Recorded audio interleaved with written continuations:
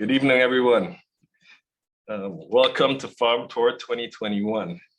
So for those who don't know what this event is about, back in 2019, we did an actual farm tour. You know, we invited some people from the organics industry.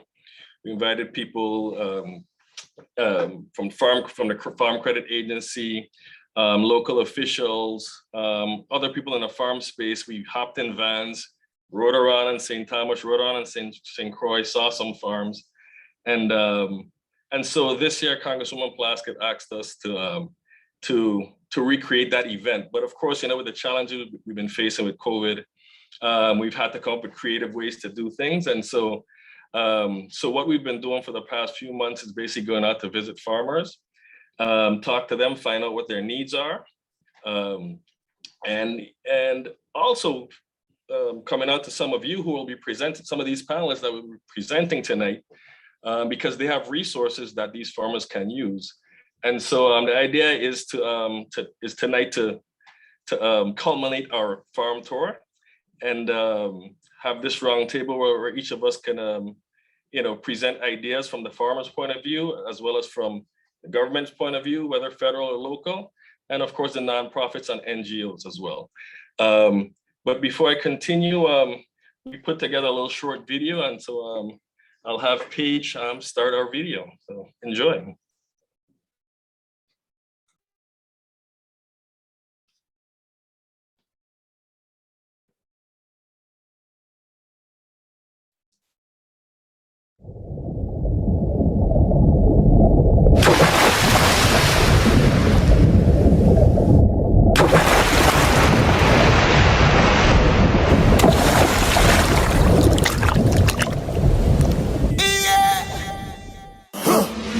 Welcome to the most beautiful island in the world, the Virgin Islands. Yeah, man. Mind check, my love. Una dos. How are the VI massive them there? If you from the VI, will you there, put your hands in my pie. Represent your home. If you from the VI, will you there, put your flags them up by VI to the ball. The party don't start until we reach. No, we don't bring no sand to the beach. All we need to hear is a beat. So we could get on bad in the streets. Why? Cause everywhere where we go, the party don't turn up. Party from night till the sun up. We don't drink, we rum. Find a woman, then walk up on the gal them stomach. Everywhere where we go, the party must nice. No, we don't hot up, we head no price. We don't spend the money cause we come out to party and live we life. If you from the VI, will you there, put your hands in my pie. Represent your home. If you from the VI, will you there, put your flags them up pie. VI to the ball. No other place in the world to party like we. We don't smash up the fete, turn up the party.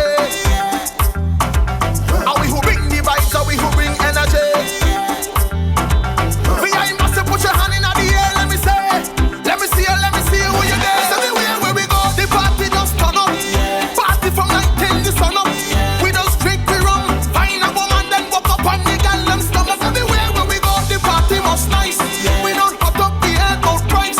We just spend the money, come out to party and live we life. If you from the VI, will you there, put your hands in my pie. Represent your home. If you from the VI, will you there, put your flags them up high. VI to the ball.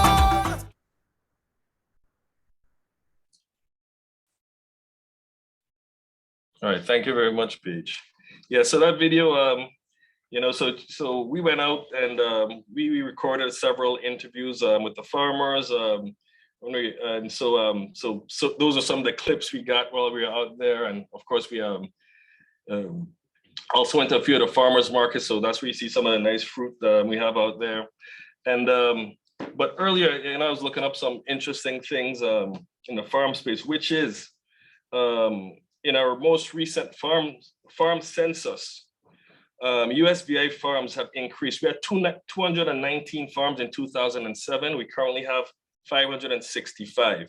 So this is showing that farming in the USVI is growing. Granted, the average size of farms has been reduced, but farming is strong in the VI. But that's enough for me. So with no further ado, let me introduce the lady that had us put all this together, Congresswoman Stacey Plaskett.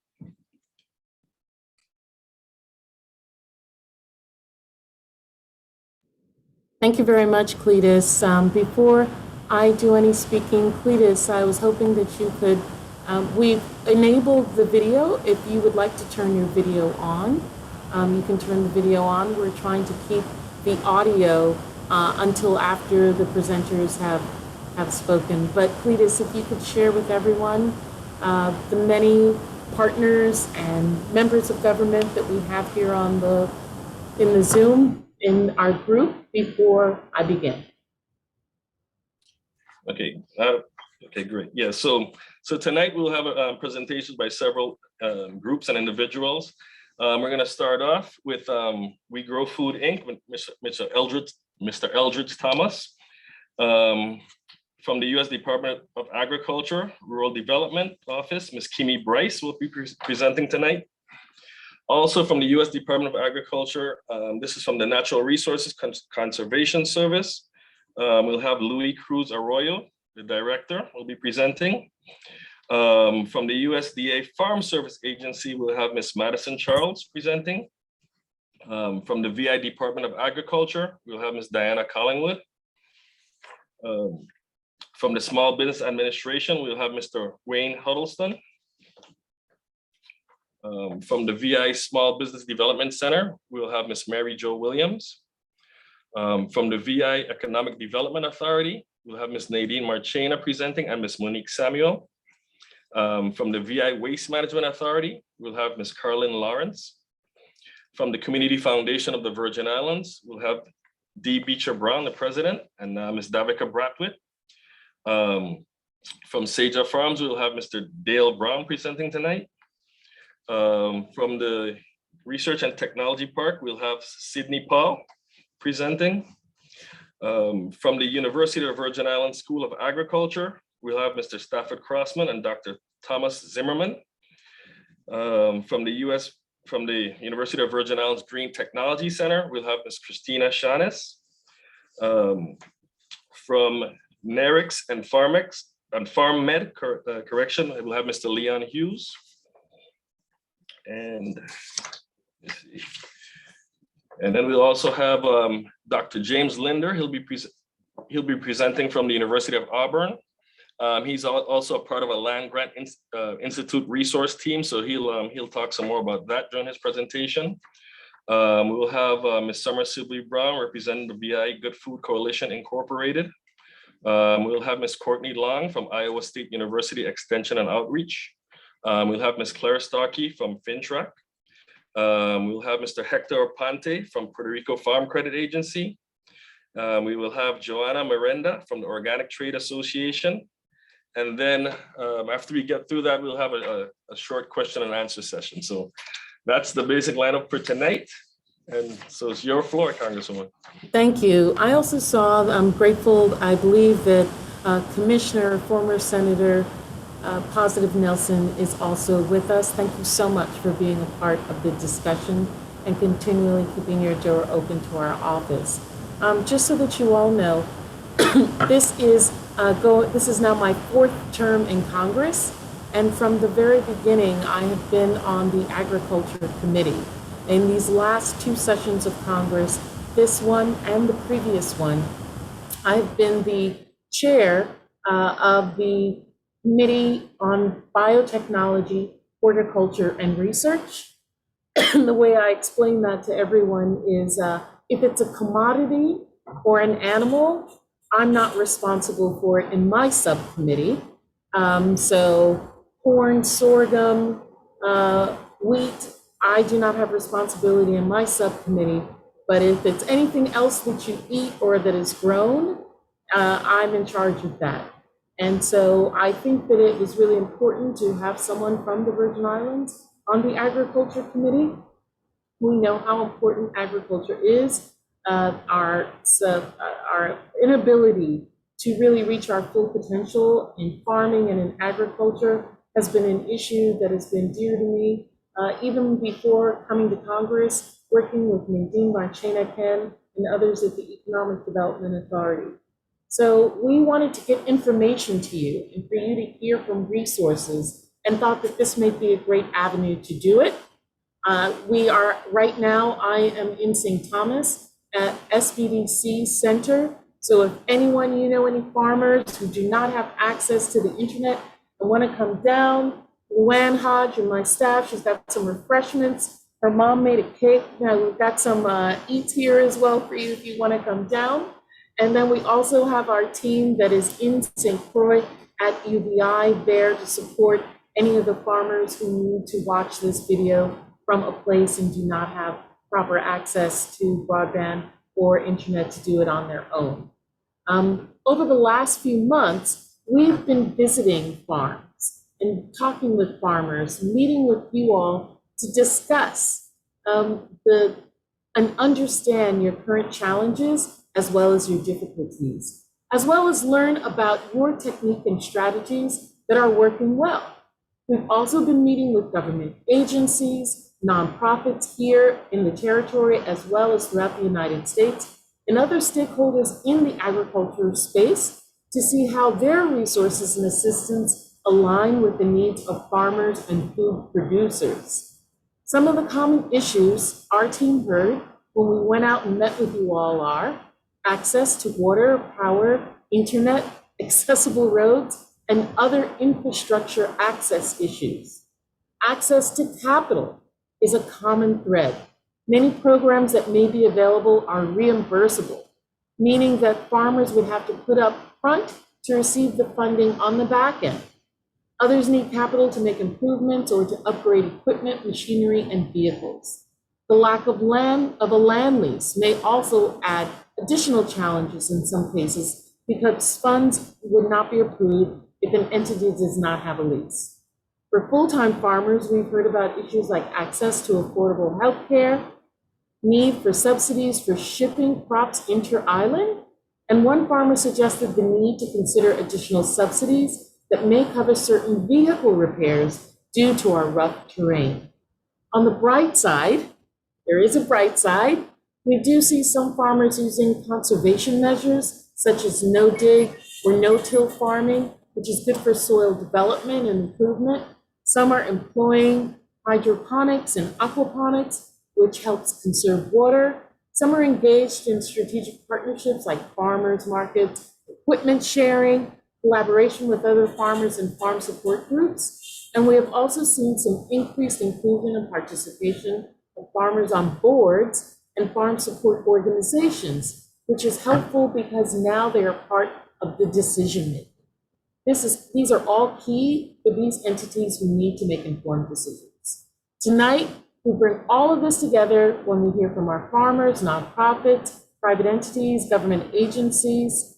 The presentations will give us highlights on opportunities that are available now for farmers. We will also hear about resources that are being developed and should be available in the near future. This is all really key, and I'm so happy to advocate for equitable treatment of the U.S. Virgin Islands agricultural community. Several of my team members, as well as staffers from the Agriculture Committee, are listening and taking notes to determine potential legislative fixes that may assist the farming community. Particularly after this year, we will be working, if you can believe it, on the next Farm Bill, a package of legislation passed every 5 years that impact how food is grown and farm livelihood. This roundtable and continuation of the conversation will help inform my team, both here on the ground, as well as in Washington, as well as the Agriculture House, the U.S. House of Representatives, Agriculture Committee professional staff that are listening, to ensure we are supporting you, the Virgin Islands farmers. So again, welcome. Thanks for being part of this special event. Hope you enjoy the presentations and the discussion thereafter. Thanks so much, Cletus. Back to you. Thank you, Congresswoman. Yeah, so tonight, only panelists tonight, you'll be able to see them on the screen. You want to keep control of that function. So, just in case, so we don't have any distractions, but at the end, you will be able to ask questions through the Q&A function. So, and we will try to keep all the questions to the end. And since we also have so many presenters, I've also asked all the presenters to try to stay within a 5-minute limit. The idea is even after this event, we will share a package of resources. So you can find ways to contact them. And if you want to dig deeper, if we don't get your questions answered tonight. But with no further ado, I will start off with Mr. Eldridge Spark Thomas of We Grow Food Incorporated. Cletus, will you be giving the participants a 1-minute mark to let them know that they have 1 minute left before their time is up? I am going to really keep you guys to the 5 minutes. Please don't, I will embarrass you if necessary. So please keep within your time frame, and we can have offline conversations as well. I impose it on myself. I'm going to impose it on everyone else. Thank you. Go ahead, sir. Good evening. And good evening to all the panels, all the participants. I want to thank the Congresswoman Plaskett, for having this forum and giving us an opportunity to speak. I'm Eldridge Thomas, president of We Grow Food, Inc. We Grow Food, Inc. is a non-for-profit organization. We've been in existence for like the last 30+ years. And our mission is simple. We want to develop the agriculture industry in the Virgin Islands. We want to do our part. Agriculture in the VI have a lot of potential, but we also have a lot of setbacks. And I'm grateful for this program so we could express some of those setbacks. We're capable of producing a whole lot of tropical fruits. Tropical fruits in the islands are in high demand, and the hurricane didn't do us no favor. Hurricane destroy a lot of our fruit trees. So it's a win-win situation to be productive, to produce all of those wonderful fruits we can produce, stimulate our economy, and bring healthy food to our public. But our setbacks and our challenges is water. Water is our big challenge for the last 25+ years. And it have gone on deaf ear for that same amount of time. We just get a little piecemeal assistance, but we need real water assistance. We need to build the water infrastructure in the whole VI. But tonight I'm speaking specifically on Bordeaux and We Grow Food, Inc., the farmers in St. Thomas. The water crisis, again. We can't produce a good quality product without water. Right now, we're getting a bare minimum of water. With a good adequate water supply, I know we can increase production by 300%, at least 300%. And again, like I said, no real support from our government, from our administration, as well as our Senate, as we cry for all of these years, crying for water, the same issue over and over. We've been here before. We've been to many forums, many legislation hearings, and still this slow pace to develop that water infrastructure that we so desperately need. I mean, this is the missing link to develop our island, to develop our economy. We are just being dealt with so lightly. But and with the pandemic especially, I was expecting a boost in our agriculture development, in the fact of more support so that we can be able to produce more. So it's so hard to explain, it's so hard to get a grip on where we are. For instance, the governor have an ambitious plan, a 2040 plan, which plan to increase agriculture development by, I think, 34%. We presently produce like 2% of our food. this 34%, like I said, is very ambitious. But we have to start. When we're going to start? We need to start. We need to start from like yesterday. And again, water, water, water, more dams, more wells, cisterns, pumps, piping. When this administration started in 2019, we had a meeting with our assistant commissioner in December of that year. And we discussed the need for an infrastructure plan, a water infrastructure plan. Right after that, as March hit, the pandemic hit. Pandemic hit, stopped everything. No meetings, no communication, no getting together. So we lost all the time. We just start again to talk recently, but again, we waiting. We have some, we had some funding to build a system that didn't get built. The money was reprogrammed to develop more water infrastructure, and we are waiting and hoping these stuff are in order, the tanks that we order to upgrade our pipelines and the pumping, we await. Currently, our main water sources are well down in the Border Bottom, Border Bay is down. It's down for the last 3 months. We're still waiting for that to get back up. It's only the grace of God with the little showers we get in between that we are surviving.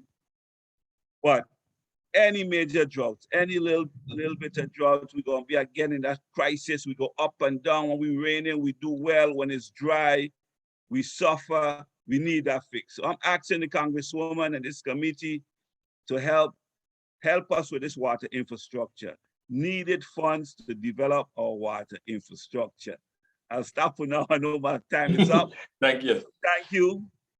And thank you all. We'll be listening. Thank you very much, Mr. Thomas. Thank you very much. All right, so next, from the U.S. Department of Agriculture, Rural Development, we'll have Ms. Kimmy Bryce. Go ahead, Kimmy. Hello, yes, all right. Good evening, everyone. You can hear me clearly? All right. Yes. You can hear me clearly, correct? Yes? Okay. All right, so as you heard, my name is Kimmy Bryce, and I'm the Area Director for the Rural Development Agency. Rural Development is one of 20+ agencies under the U.S. Department of Agriculture umbrella. Our office is co-located on St. Croix, along with the Farm Service Agency and Natural Resources Conservation Service, which you'll hear from shortly, at the Service Center on St. Croix, as I said. We service the entire VI from this location. And the mission of rural development specifically, as hopefully you're seeing here on my shared screen, is to increase the economic opportunity and improve the quality of life for all rural Americans. For the record, all of the Virgin Islands is considered rural, so therefore eligible for the programs that I'll be speaking on.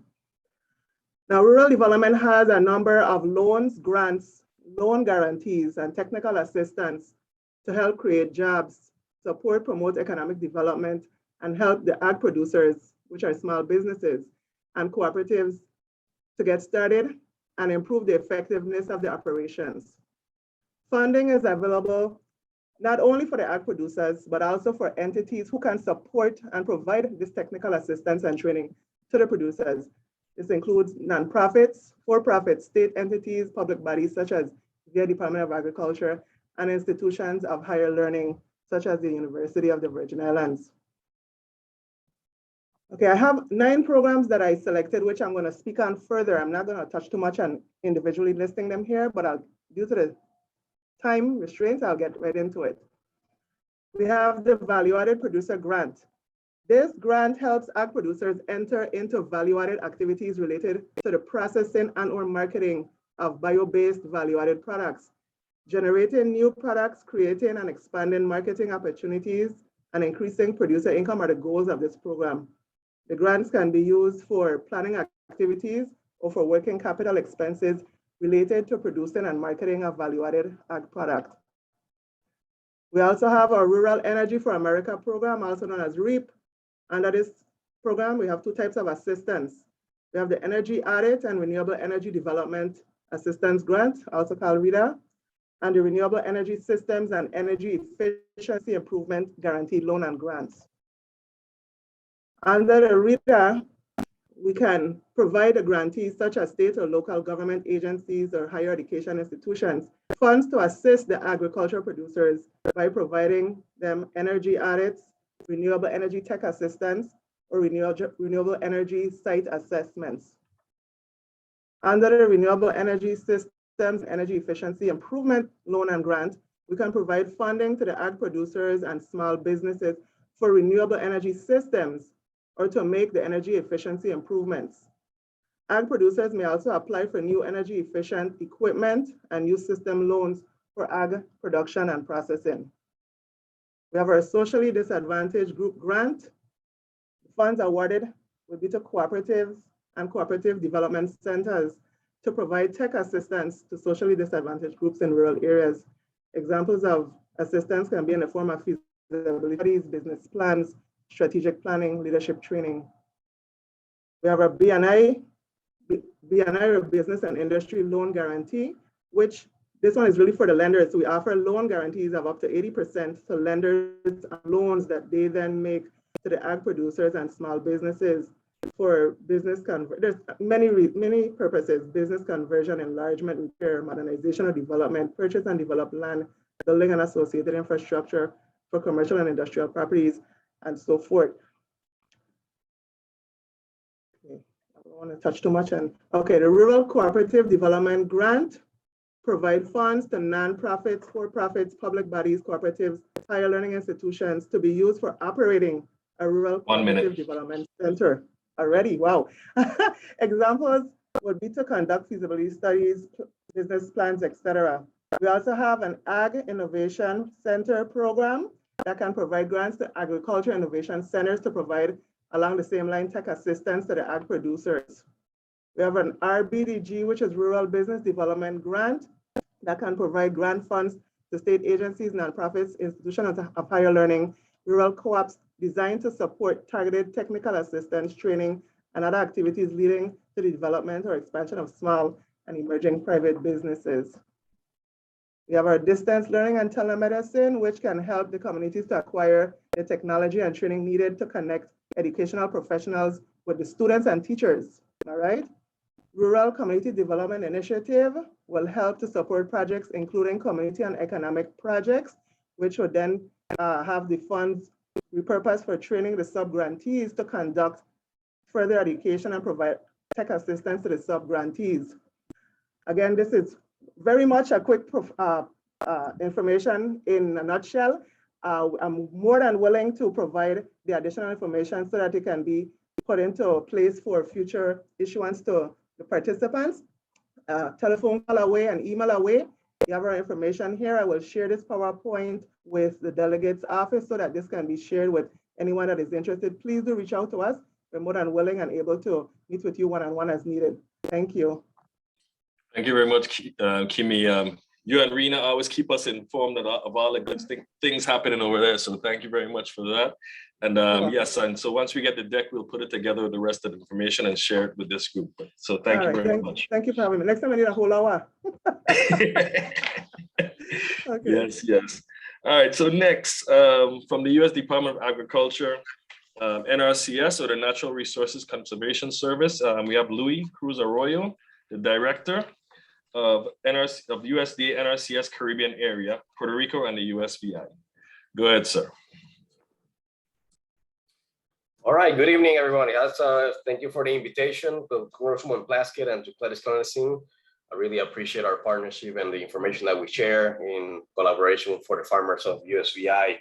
5 minutes is a short time, so we'll give you a brief elevator pitch of what we do as an agency, and hopefully you can contact us after the meeting and kind of guide you through our different programs.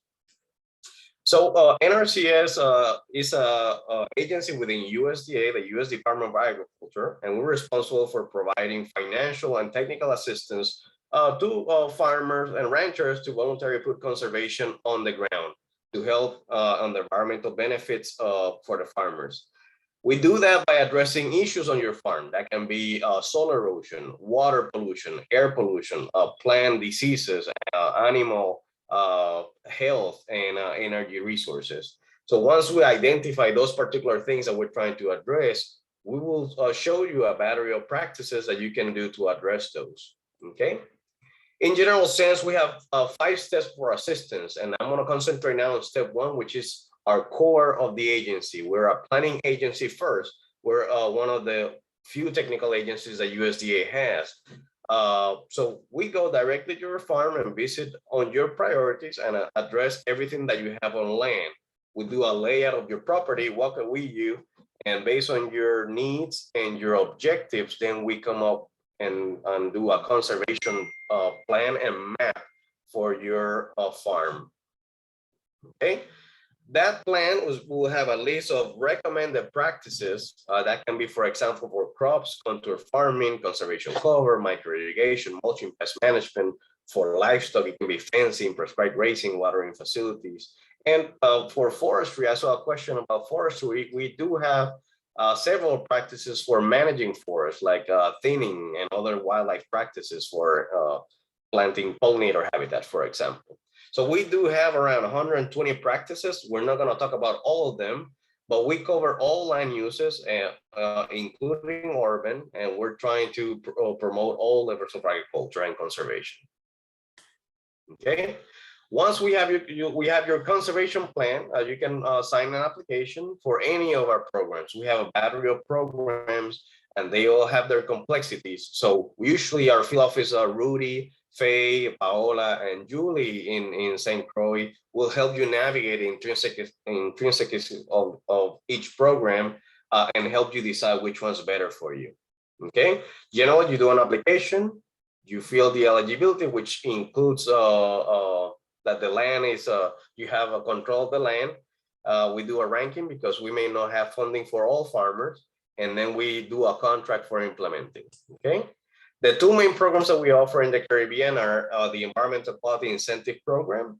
In essence, you have a need, we show you a practice to cover that need, you do that practice, and we pay for that practice. That's in rice and beans how that works, okay? It's a cost sharing program, so we may not offer a financial rate of 100%, it may be 90%, 75%, depending on how you or who does it and who you contract to do the work. CSP works a little bit different. The Conservation Stewardship Program intends to pay a financial incentive for the conservation that you're already doing at your farm. So if you're doing contour farming already, if you're doing no-till, the program gives you certain points and gives you a base payment, okay? So it will give you a base payment, plus it will give you an additional incentive to do enhancements. So it will take your conservation level from your farm to another level. Important for this program is that the minimum payment that you'll receive per year is going to be $1,500, and you need to include your full operation. Thank you, Gladys. Okay. Some of our results, basically from 2019 to 2021, we have put practices on 553 acres all over the Virgin Islands. You can see the map where all our farmers are. 19 acres impacting soil health, 339 acres improving water quality, 459 acres improving grazing land, 24 acres improving irrigation efficiency, and about 74 acres improving habitat. For about very close to $700,000. All right. I don't want to leave without talking a little bit about our priorities coming up for the next couple of years. These are the chief priorities and our priorities for a while now. We want to promote racial justice and equity. 90% of the Caribbean clients are historically underserved when we're trying to get all the resources for all our farmers. Climate Smart is a huge part of what we do. We're trying to address the water needs in Bordeaux and other regions. So we're trying to meet with different partners to see how we can assist in that portion. And hopefully I'll be there in January to meet with Ms. Benita and her group and see what we can do. And improve water quality, make sure that the water that gets to the reef is safe and sustainable farm operations. All right. On climate change, we're trying to maximize water capture, maximize irrigation, interconnectivity. As you can see, we have examples of that in USVI. We just need to expand those projects. Okay. So with that, just make sure that you can find us. We're active in all our social media platforms, Twitter, YouTube, Facebook, and you can visit our NRCS Caribbean webpage. Julie Wright is who manages this, so you can contact her directly also at the St. Croix office.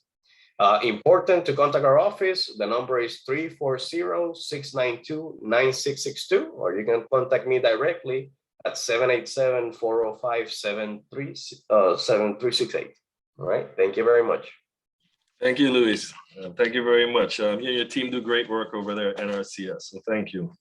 Thank you. All right, so from the next part of the alphabet soup of the USDA, we have from the Farm Service Agency, we have Miss Madison Charles. Go ahead, Madison. Hey, good evening. I don't know if my video is going here. Can you hear me? Yes, we can hear you. Yeah, you're blacked out, but we can hear you. Okay, I don't know why my video is not working. Well, I'll just get started because I know this is a quick 5 minutes, so hopefully my video will show up. But anyhow, my name is Madison Charles, and I'm the program technician for USDA Farm Service Agency for the Virgin Islands. USDA can help you get started in farming, everything from helping you register your farm to getting financial assistance and advice. We have various programs to support new and beginning farmers, socially disadvantaged, limited resource, and veteran farmers.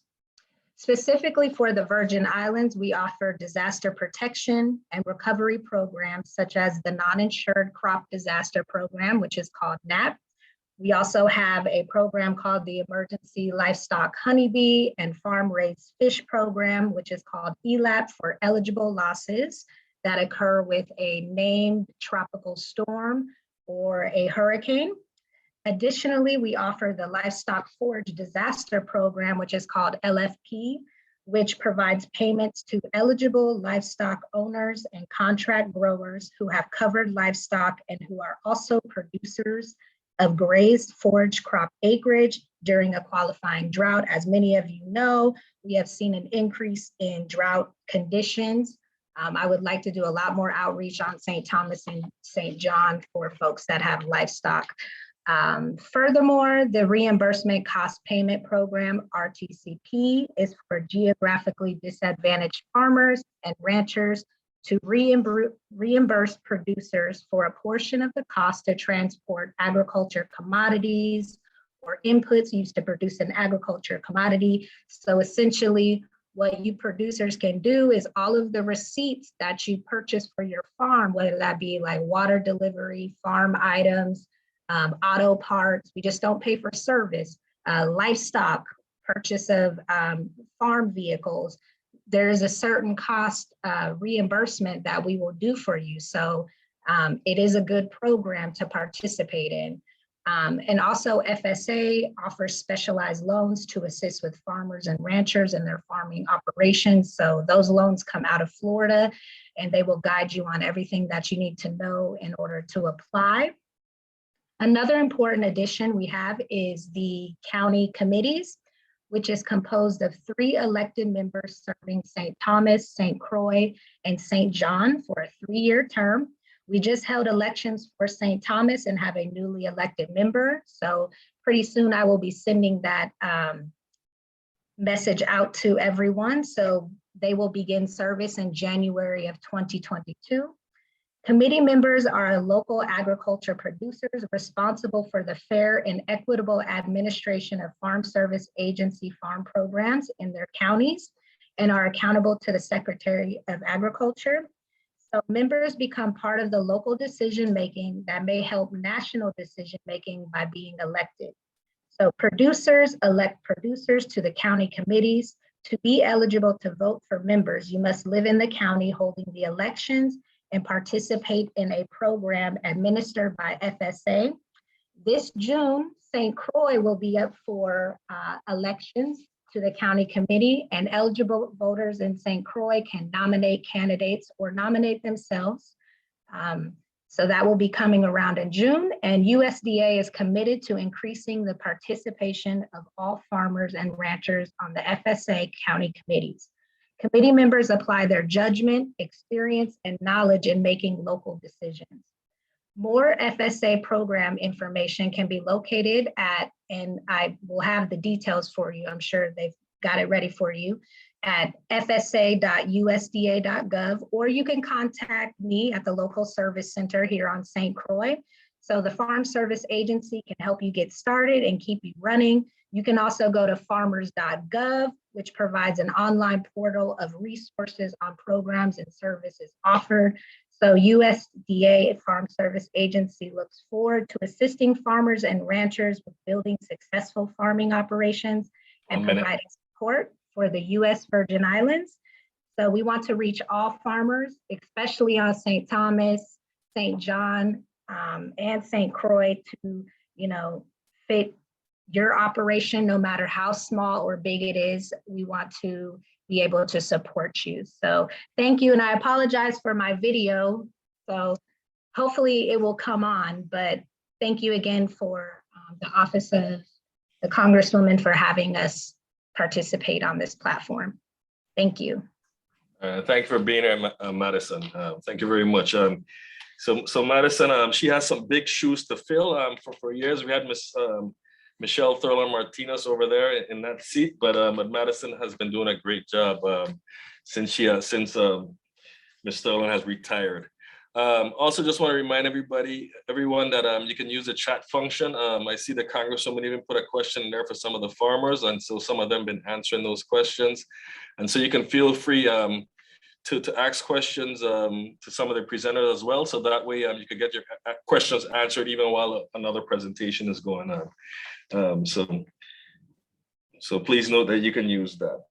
So our next presenter tonight, though, from the VI Department of Agriculture is Assistant Commissioner, Ms. Diana Collingwood. Yes, good afternoon, everyone.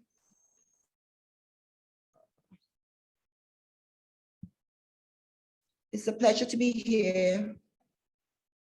And thank you. I bring greetings from our Commissioner Positive T.A. Nelson, our Deputy Commissioner Hannah Carty, and our hard-working staff, men and women at the Department of Agriculture, without whom none of our achievements, accomplishments, the hard work and effort they have put out is very well appreciated. Thank you very much for your support. I want to start with our updates on our FEMA projects, knowing very well that especially the St. Croix campus has been devastated by the past hurricanes. We've been working diligently to build our infrastructure so we can better first serve the community. We've been successful in drawing down close to $1.4 million in projects, about 25 projects ranging from mold remediation to building repairs to roof repairs, just a wide range of projects. And we continue to work with urgency to address these issues. As it relates to services provided, we continue to provide a wide range of services to help support the industry and the farming community in general, and the high level of backyard farmers we have engaging in agriculture locally. As you see, we provide these services, some of them free, but everything at or below current industry costs. As relates to our veterinary services division, they have been working and addressing bunt tick eradication issues in collaboration with the USDA Animal Plant Health Inspection Service. They have identified funding to support this initiative long-term so we can eradicate the bunt tick issue. The recent advent of the African swine fever forces us to put preventative measures in place to ensure that our local swine industry is protected and we are not negatively impacted by African swine fever. So there are USDA mandates in place, and we have put out recent press releases to alert the community of the requirements relative to the transportation of swine products outside the Virgin Islands territory. We are proud to announce that our St. Croix abattoir facility is operating in full compliance with USDA food safety inspection standards. We continue to do repairs and staff updates are ongoing, but we weekly slaughter sheep, goats, pigs, and cattle and allow for the funding of transportation freight costs for St. Thomas farmers to utilize the St. Croix abattoir while we work through the hazard mitigation grant process with Vitima to repair the St. Thomas abattoir. And we are continuing, that's our commitment to the community, and we continue to work towards building capacity. We realize the critical importance of having a slaughterhouse on St. Thomas, and we are working to mitigate that and enhance the service we provide through the St. Croix abattoir. As it relates to the marketing department division, they continue to host a range of projects and initiatives in support of the industry. And you can get weekly updates on the activities on the Fresh from the Farm radio show every Saturday morning on 103.5 FM. And as you see, they are also working on a range of projects as listed on screen. And the highlight too would be the farmers market that we continue to maintain in spite of the pandemic, both on St. Croix at Estate La Reine on Wednesdays and at the Vida grounds, and in St. Thomas at Market Square and at the Bodo Farmers Market. In terms of the forestry division, we are blessed with the opportunity to have had 6 tree nurseries erected throughout the territory, 2 on each island. And with that, it puts us in a position to engage at a higher level in providing trees for replacement. We just finalized a contract to have someone grow trees so that we can distribute trees as replacement to our community. We are working diligently also on land acquisition, which is something the department has done in the past. As it is now, we just submitted an application to secure Inabras Island, which is the island off the southwest coast of St. Thomas. It's a 90-acre piece, and it will add to our portfolio, which now includes 303 acres of forested land acquired through the Forest Legacy Program. Conservation initiatives, we collaborate, it's something that requires a high level of collaboration. So we continue to collaborate with our partners, USDA, NRCS, NACD, and the Department of Interior through the Office of Insular Affairs. I think the highlight of this is our ability to recreate the Virgin Islands Conservation District, which has been defunct for a few decades now. And we view this as the catalyst. It's poised to be the catalyst to connect all the dots and to work to build all and address all the issues we have. And we know it's a challenge, and it's something like Mr. Sparks said, it's been a challenge for decades, but we have to work diligently to improve the quality, the quantity, the availability, and our resilience as it relates to water, because we need it for agriculture, but we have so many uses for water within our community. In terms of opportunities from our department, we are currently offering a micro grant for food security project, sub-awards. Individuals and schools could apply for the $5,000 sub-award, which can aid them in increasing food security through enhancing food production and yields. We are also engaging beginning in January in the Farm Ranch Stretch Assistance Network, recognizing that 80% of farmers identify mental health and stress as one of the biggest challenges. Agriculture does not occur in silos, so we continue to collaborate. As you can see, we continue to collaborate with a range of stakeholders. Most importantly, I feel, is the Farm Journal Foundation Voice of the Farmer Garden. We are excited about this opportunity to create locally something similar to the mall, the garden, the classroom in DC at the National Mall. And we can do a Virgin Islands State Garden, which would help to educate our community about the value, economic and environmental value and importance of the agriculture industry. Thank you for this opportunity to present to the community. We can always be reached at our website, doa.vi.gov, and my email, diana.collingwood@doa.vi.gov, and just reach out to the Department of Agriculture. We have to do this together. We appreciate all the support of our partners, the collaborators, and thank you to the staff at the Virgin Islands Department of Agriculture. Thank you, Ms. Collingwood. Thank you, Cletus. Before we move on, Ms. Collingwood, I wanted to ask you a question. You mentioned the micro grants that are available.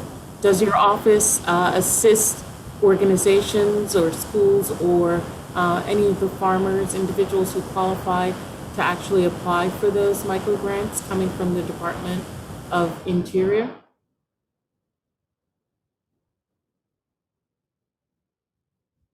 You're on mute. Oh, you went back on mute.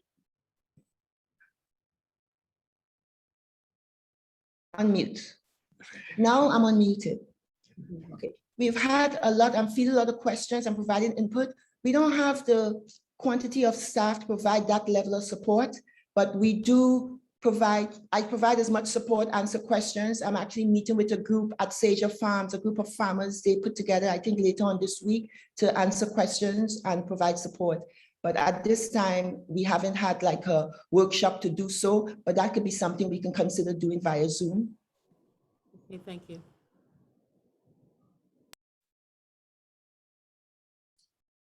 All right, thank you. All right, so thank you very much, Ms. Collingwood.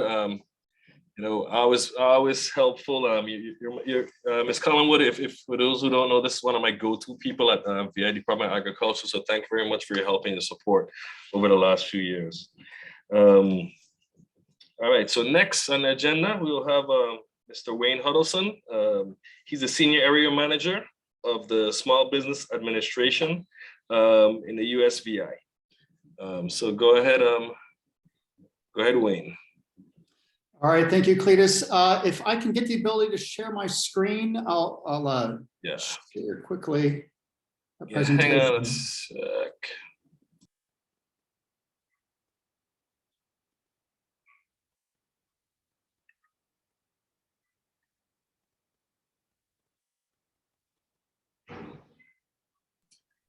Give me 1 second, Wayne. Let me check with Paige. Hang on.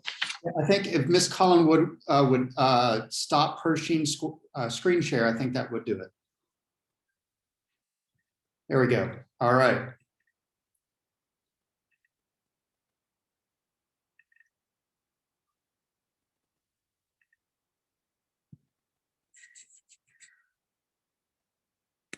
Okay, can you see the screen?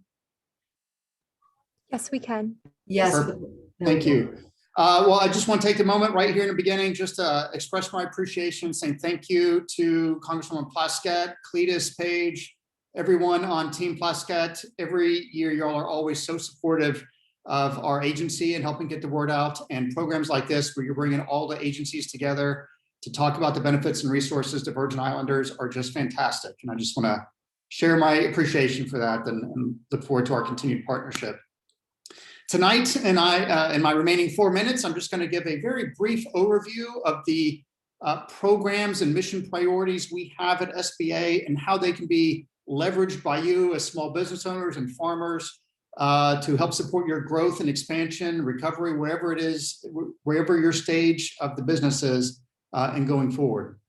So just briefly touching upon our main priorities as an agency, one of our number one priority is to ensure access to capital for business owners. And if you are a farmer that does it for more than just a hobby, you are a business owner just like every other business owner here in the territory.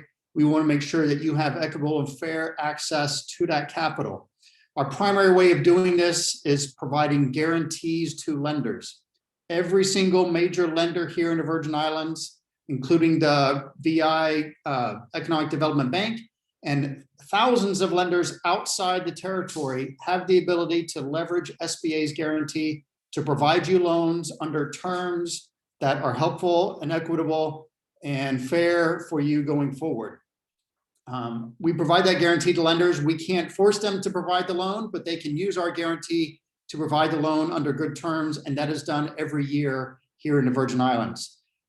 In times of disaster, when there is a officially declared disaster, that authorizes SBA to provide direct loans to farmers, fishermen, and business owners throughout the territory. And I'm going to talk about 2 additional opportunities under that authority on the next slide.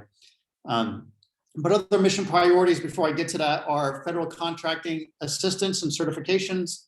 There are not, it is not frequent that there are agriculture-related federal contracting opportunities here in the Virgin Islands, but it is not to say that it doesn't happen. And we want to make sure that you are prepared and ready to take on those contracting opportunities when they become available. For instance, for example, Many of you may have mulching equipment that you use to prepare land or clear debris in an area. An example of that need in the federal government is when, certainly after Irma and Maria, there were opportunities that FEMA required, wanted to do contract with officials who could do mulching and clear debris. A lot of farmers have access to that equipment and can contract with the federal government, but you need to know the process, and we want to help in that process on both ends, connecting contracting officers with Virgin Islanders and Virgin Islanders with contracting officers. We also have a number of programs that assist in international trade and exporting. One is in cooperation with the Virgin Islands Economic Development Authority, a STEP program that can help you reach new markets outside of the Virgin Islands and be able to grow your business. And then finally, we have training, outreach, and counseling, which I'll talk about more. But as I mentioned, I did want to key upon two specific opportunities that are available now and have a deadline that is very quickly approaching. One is called the Economic Injury Disaster Loan Program for COVID. So essentially, if you had a business that was established before February of 2020, and you can show that the pandemic negatively affected your business, you can be authorized for a loan under the Economic Injury COVID-19 program. All you have to do is visit sba.gov, put in COVID-19. You can just really type in Google if you forget this, type in SBA and COVID-19 EIDL loan. You'll be taken directly to a page where you can apply online for a loan directly from SBA. It is a loan. There is no indication yet that those would be forgivable, but they are under excellent terms. 2-year deferment before you have to make your first payment, and then 30 years to pay them back under low interest rates of 3.75% for businesses and 2.75% for nonprofits. On the slide in front of you is another opportunity, a separately declared disaster for drought. If you are on St. John or St. Thomas and you can show that your farm or business was negatively affected by the droughts that we've had recently, you can be eligible for a separate economic injury disaster loan with rates as low as 3%, with amounts up to $2 million, and rates as low as 2% if you're a nonprofit. The other terms are the same, 30-year terms, deferments. This is the press release we put out for St. John and St. Thomas. If you are on St. Croix, this is the exact same loan. The only difference is the deadline. So if you're on St. Thomas or St. John, your opportunity to apply for this loan goes away after January 14th. If you're on St. Croix, your opportunity goes away after February 11th. If you need more information on these, you can call the number down here at the bottom, 800-659-2955. You can always reach our office as well. And then finally, the other big program that we offer is our technical support partners. I'm not going to talk a lot about this because I know the next speaker is one of our partners, the SBDC, but we also have SCORE, the Veterans Business Outreach Center. All of these are free of charge to you. They can help with business plans, with applying for capital, all sorts of things. And then of course, you don't have to wait for one of these presentations. You can always reach out to our office. There's my contact information here on the slide. I also have a marketing outreach partner on St. Thomas named Lisa. There is her contact information, but we're always available to answer your questions on any of our programs to help out. So thank you. Thank you, Wayne. I do see Lisa out there as well. So thank you both who've also been very helpful. Excuse me, Wayne, thank you so much. If you could just share with the group how much funding Virgin Islands businesses have gotten to date from the disaster loan program. It has really been a phenomenal amount of work that you, SBA, and the local banks have done to support these businesses.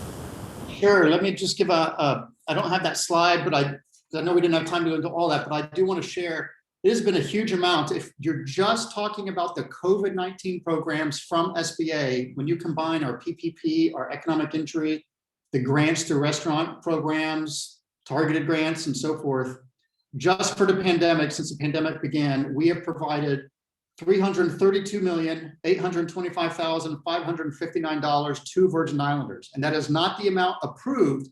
That is the amount that has actually been deposited in accounts to Virgin Islanders here in the territory. And that continues to grow.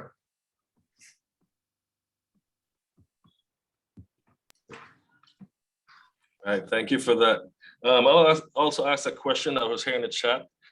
So May asked, and this is for FSA, are there prerequisites for FSA services such as water usage, data, and data for 2 years to be eligible to access FSA programs? And also, does FSA provide technical support during the period of time that the new farmer is meeting prerequisites? Madison, are you able to answer that at this time? Yes, can you hear me? Yes, I got you. Yes. So essentially what a farmer, we don't have like a requirement where you have to have 2 years. That what you just need to do is come and sign up with us. You just need to provide either like a land control letter from the Department of Ag, or a lease or a deed if you own the property. And then, yes, we will provide technical assistance to assist you, or to assist the farmer on the next steps and direct them to the programs, because first you come to us, and then from there, that's where you can go to NRCS and work with them as well. So that's the easiest way to say it. All right, thank you for that, Madison. Yes, so tonight we have two remote viewing locations. One is at the RT Park over in St. Croix. And then we also have at the Old West Bay Supermarket, we have a viewing center over at SBDC. And so presenting for SBC tonight, we have Miss Mary Jo Williams, the business advisor. Go ahead, Mary Jo. Good, excuse me. Good evening. On behalf of Ted Gutierrez, the VI SBDC State Director, and Ms. Karen Jones, our Associate State Director, I'd like to welcome you all to this Farm Tour Roundtable and say thank you to Congresswoman Plaskett and her staff for making it possible. As Cleta said, my name is Mary Jo Williams. I'm a business advisor at SBDC. Actually, I am one of 3 business advisors. Raymond Henry serves as St. Thomas, St. John, Ward Island, and Greg Kopach is stationed on St. Croix, but we work throughout the territory. And we're supplemented by a cadre of 11 contractors who help to supplement the areas of expertise that we offer at the SBDC. And to give an idea of our impact here in the territory for FY 2021, which is October 1, 2020 through September 30, 2021, we assisted with the capitalization of $11,695,320. That's loans and owner equity that goes into business. We helped to support 1,712 jobs. We had 750 different clients. We assisted with 7 business starts. We provided 4,068 hours of one-on-one advising. We put on 116 training events in collaboration with some of our partners, SBA being one of the main ones. And we had 3,066 participants. The SBDC provides assistance. We assist with business loans, and we assist businesses with record keeping. And one of the main things we do in terms of record keeping, one of the main reasons we help with record keeping is because a lot of farmers and fishers were not able to get some of that federal assistance as a result of COVID. And because people are hobby farmers as opposed to real businesses, you can't get that money. So if you are keeping good business records, you're registered as a business, then you're in a position to take advantage of some of the programs that are available. We assist with tax planning. We assist business owners with understanding their financials. We do assist with the overall business planning. And some of the recommendations that the SBDC offers is following the recommendations made by the VI Economic Development Authority study in early 2020. We have increased our collaborations. We work with SCORE, SBA, the Equal Opportunity Employment Commission, the University of the Virgin Islands School of Agriculture, RT Park, Seed Caribbean. We've expanded our collaboration so that we can assist a lot more people. We've increased our communication with the VI Department of Agriculture and Farm Service Agency, utilize the VI School of Agriculture Cooperative Extension Service and Agricultural Experiment Station resources. Invest in machinery if feasible. These are all recommendations that we have for business owners. And reduce your reliance on the VI Department of Agriculture. It's a good support, but you need to really, really work at making your business as independent as possible. And the SBDC is located everywhere. We're on Facebook, Twitter, YouTube, Instagram. We even have an app that you can download from your iPhone or your Android device. Our phone numbers are there for St. Thomas St. John, 340-693-1694, St. Croix, 340-692-4294. Email us at info@visbdc.org, our website, visbdc.org. And we're part of the University of the Virgin Islands. We're hosted by the University of the Virgin Islands. And as such, our office will be closing on Thursday, December the 16th, and will reopen on January the 4th. So the VISBDC is here to assist. You can email us, like us on Facebook, all of those things. We're here to help. We're powered by the SBA, and we're funded in part with the cooperative agreement with the U.S. Small Business Administration, and we're hosted by the University of the Virgin Islands. So call us, email us, we're here to help. All right. Thank you, Mary Jo. And so I want you to go back over one thing. You said you assist with record keeping once the farm is classed as a business. Is that correct, Mary Jo? I'm sorry, could you repeat? I'm saying, so once a farm is classed as a business, you're saying that SBDC can assist with record keeping? We can help them with putting together their books so that they can keep the records, yes. Even before they have their business license, they need to be putting together, they need to be keeping their records. Okay. All right. We can assist. All right, good stuff. Thank you very much, Mary Jo. Thank you. Okay. Yeah, so we have one change. We have to make a slight adjustment to the program. We're gonna allow Ms. Courtney Long of the University of Iowa. She's with Iowa State Extension and Outreach. Ms. Courtney Long, are you ready to go? I am. I don't have screen sharing access yet, but as soon as that's good, I can start. Web page. Perfect. Ms. Williams, do you mind ending your screen share, please? Perfect. Thank you.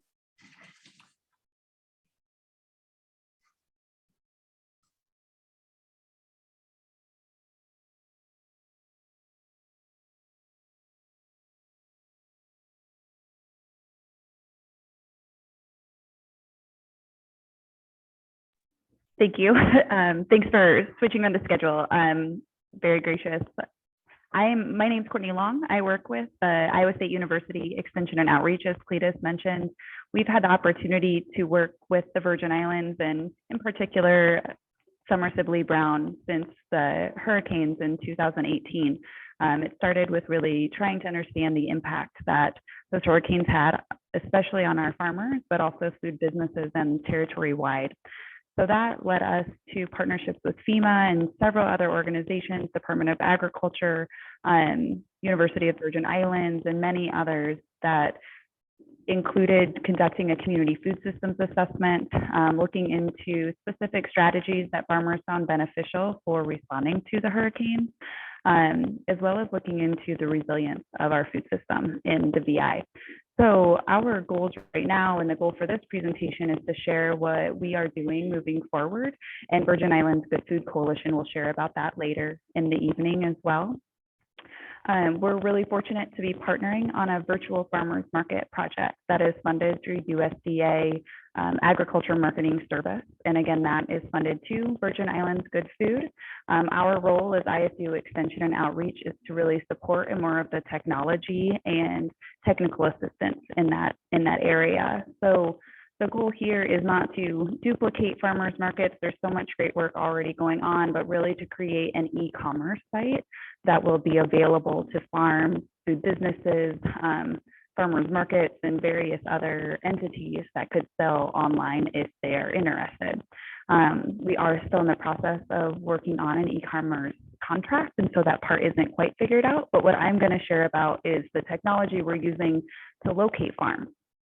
So our process that we're at right now is utilizing a platform called Fulcrum, which is an online and phone app, which allows us to geolocate different businesses, which sounds a little creepy if you don't want people to know exactly where you are. But the benefit of this is, with addresses being a little tricky in the Virgin Islands, this actually does allow for a pin to be located on different sites. So you can actually find specifically where those organizations and businesses are located geographically. And so as something we ended up identifying in our assessment, that was just really hard to understand exactly the extent and location of our farms and food businesses.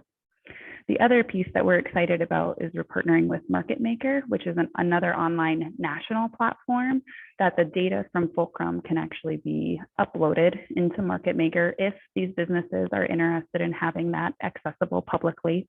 And then you can do additional sales as well as being highlighted in a national platform. So how this is working right now is we have validators on each island that are helping to connect with farmers, again, retailers, food businesses on their particular types of products. So we're asking for things like business and organization name, location of sales, contact information, products sold, affiliation, and future goals, really so we can help to continue to support agriculture in the Virgin Islands as well. Following that information, we'll have the app continue to be open for about a month, and then we can continue to circulate that annually to update info. That will then go on to the Market Maker platform or this virtual farmers market that Summer and others are working on, with again the goal of highlighting all of the things that exist. And for consumers, whether it's individuals like myself, grocery stores or institutions could actually purchase product through that application. The end goal too is that in addition to this, we can also showcase all of the entities that are existing across the territory, so we can also share our stories better with funders and officials. And here's my information. So that is the work we're doing. I'm happy to answer any questions, but please feel free to reach out as well.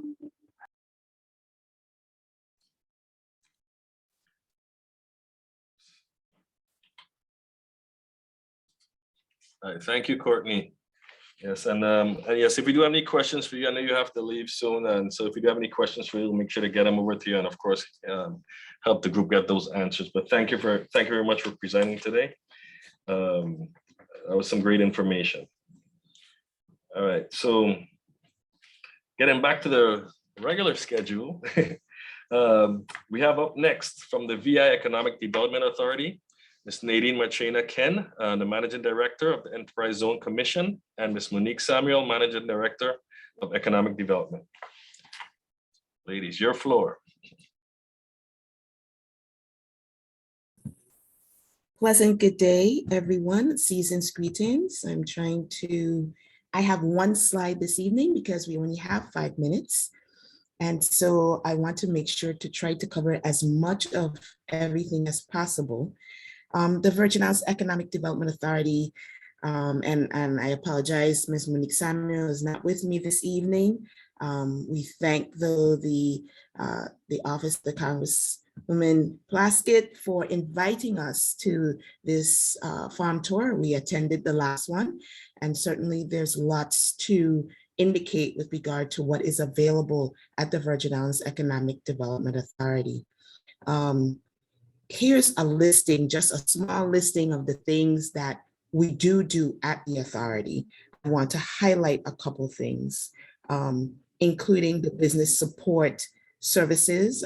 We do assist, and we work with partners to do this. We do assist in the Accelerator program with helping those that are doing value-added products and trying to get them to the next step. Of course, we work with the SBDC, was just presented. We do have the Commission for the Preservation of Small Businesses, which assist businesses, and farmers are businesses, to survive, in case there is a challenge where you think you're going to fail and you think your farm is worth saving, there is a commission that does not meet on a regular basis, but does meet on the basis of a letter going to the CEO. Of course, there's lots of different programs, including the STEP program, which is the export promotion program that SBA spoke about a little earlier. The State Trade Expansion Program helps to help you export products all around the world. And we've taken clients and businesses to places like Brazil and to Montreal and to Denmark and to all the islands in the Caribbean chain to export their products.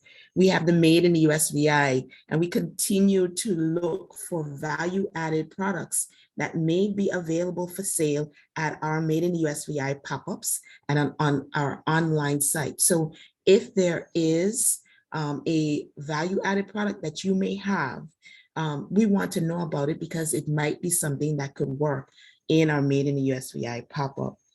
Specific to, of course, we have the incubator program. We just talked about the Made in the USVI.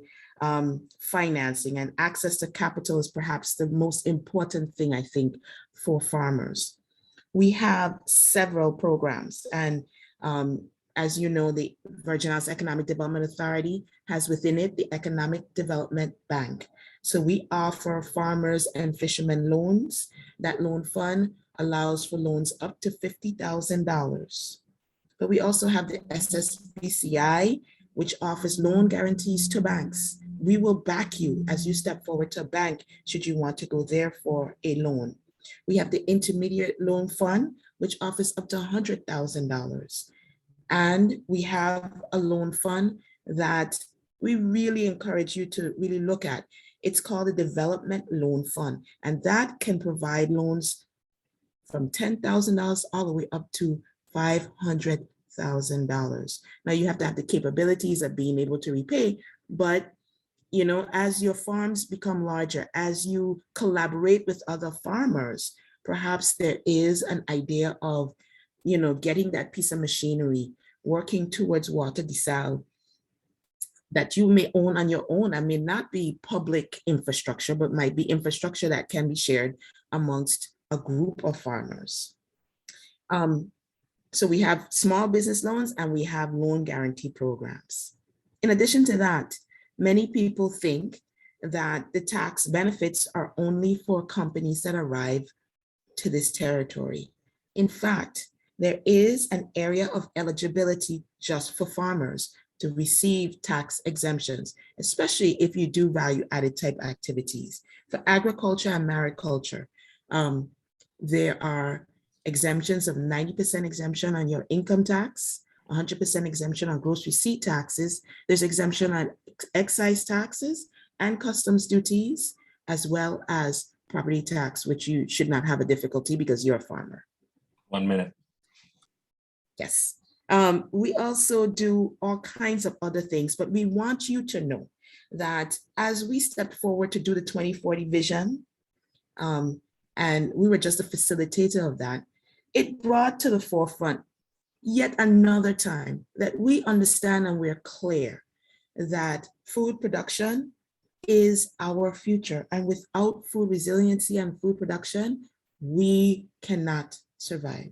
So this was just a affirmation, a confirmation, a repeating of the fact that no, agribusiness is our #1 industry. And we are stepping forward by applying for grants, and we continue to do so, to assist this community. However or wherever we can assist, the Virgin Islands Economic Development Authority steps forward to do so. I will put in the chat the contact information so that you have it, so that that you can contact us at any time if you need assistance. Thank you so much.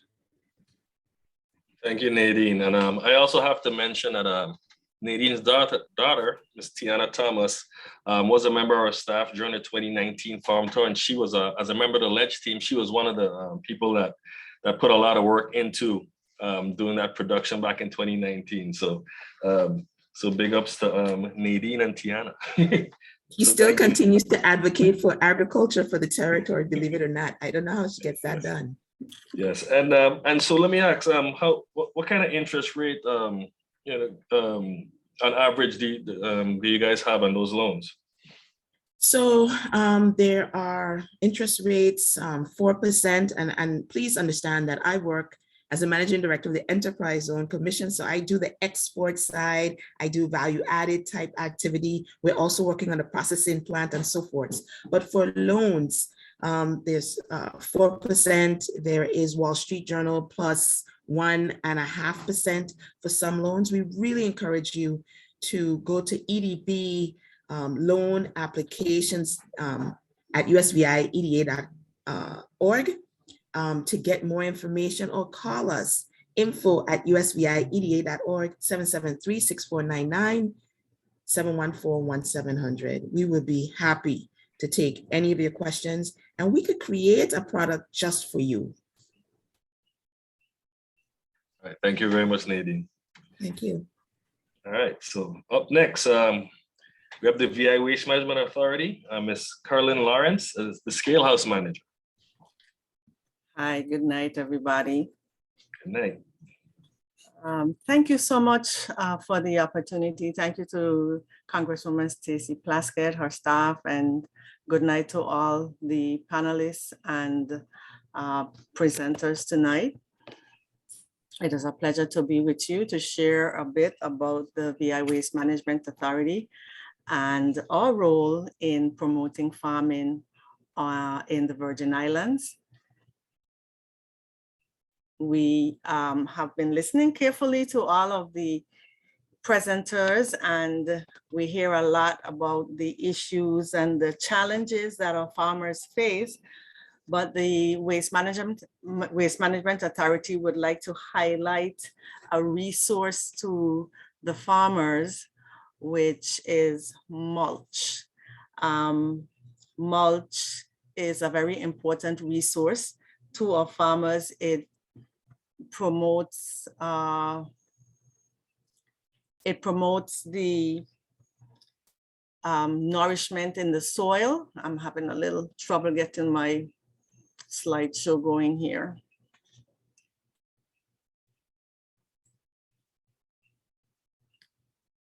Okay, there you go. It helps to keep the moisture in the soil once it rains or the farmer would water. It promotes the microbials, which are essential to the decomposing of organic matter. It retards the growth of weeds, and the mulch chips is an added layer to the soil that, as it biodegrades, it nourishes the soil. It also is an important aesthetic to the farm or the backyard gardener. So we have a few examples of how our mulch can be used to enhance any farm or backyard garden. In order to assist our farm development and increase of local food production, the VI Waste Management Authority provides mulch free of charge on the island of St. Croix from our Anguilla landfill location. And we have also partnered with the Island Green Resource Depot on St. John, and the mulch is for sale on St. John at very reasonable rates to the farmer.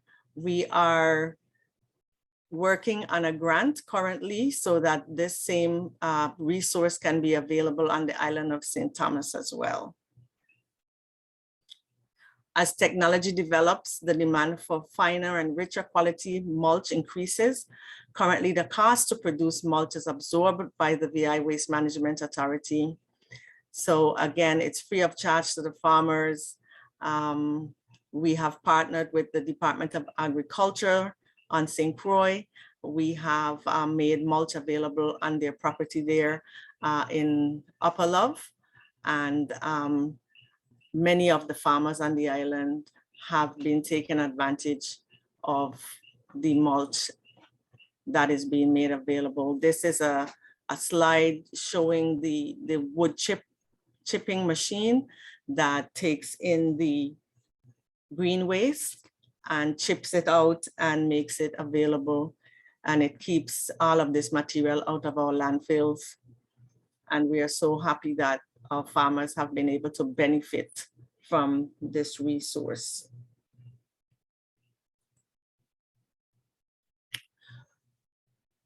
We wish to continue to produce high quality mulch for our farmers.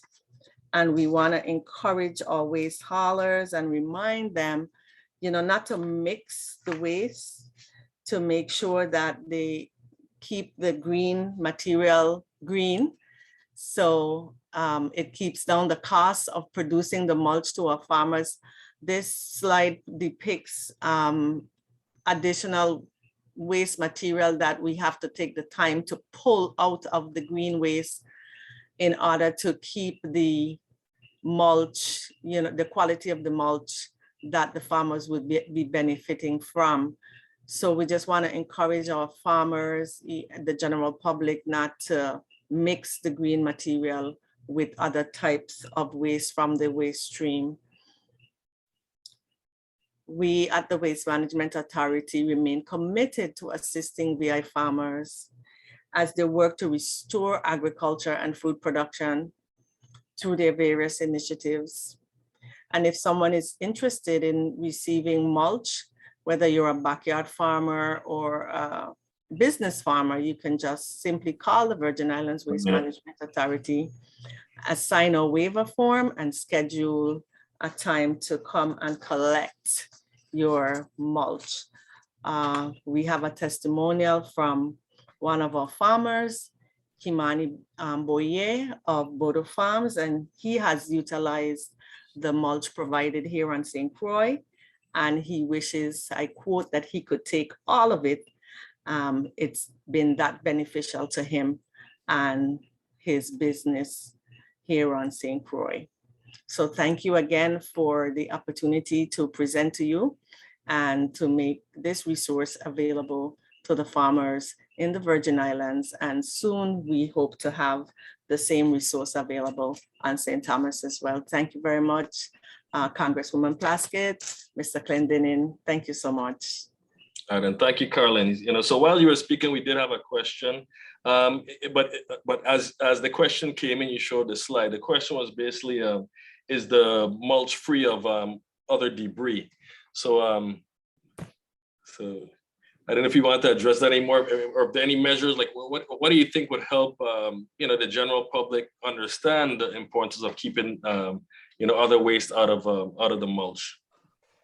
Well, in order to keep the mulch good and not compromise it, we encourage, and maybe I should even say beg our haulers to, do their part in keeping it. When someone calls to rent a bin, for example, to indicate and keep reiterating that they need to keep, if it's for land clearing, keep it just purely green waste material. And the general public, it's important for them to know that as well.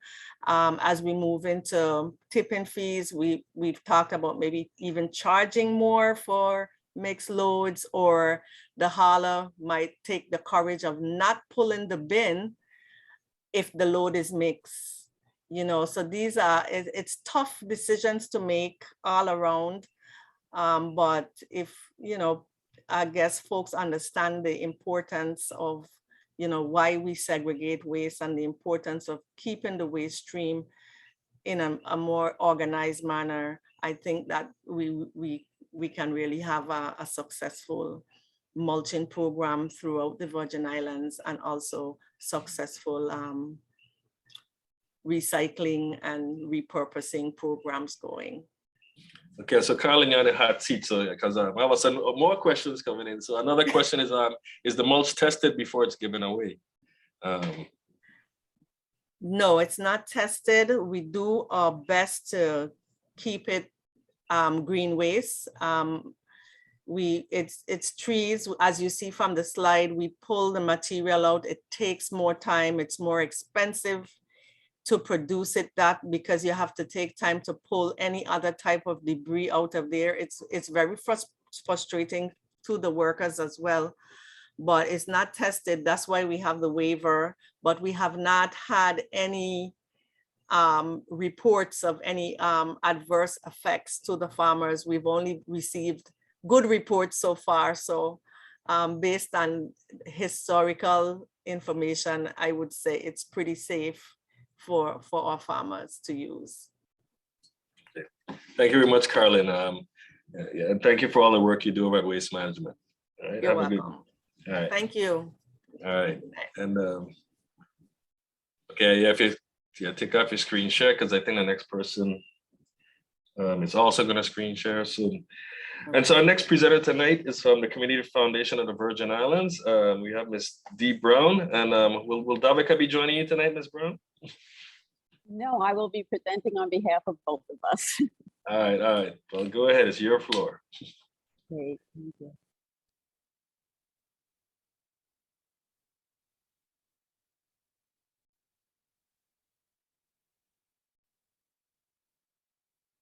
Can you see the video?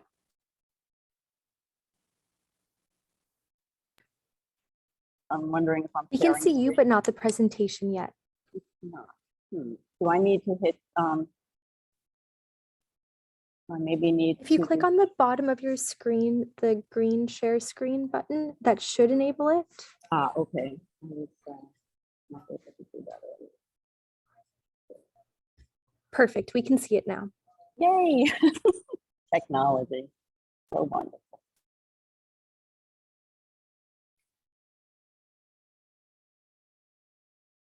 All right, so good evening, everyone. Congresswoman Plaskett, colleagues and friends. It's a pleasure to be presenting on behalf of the Community Foundation of the Virgin Islands and my colleague Davika, who was not able to join us for this evening.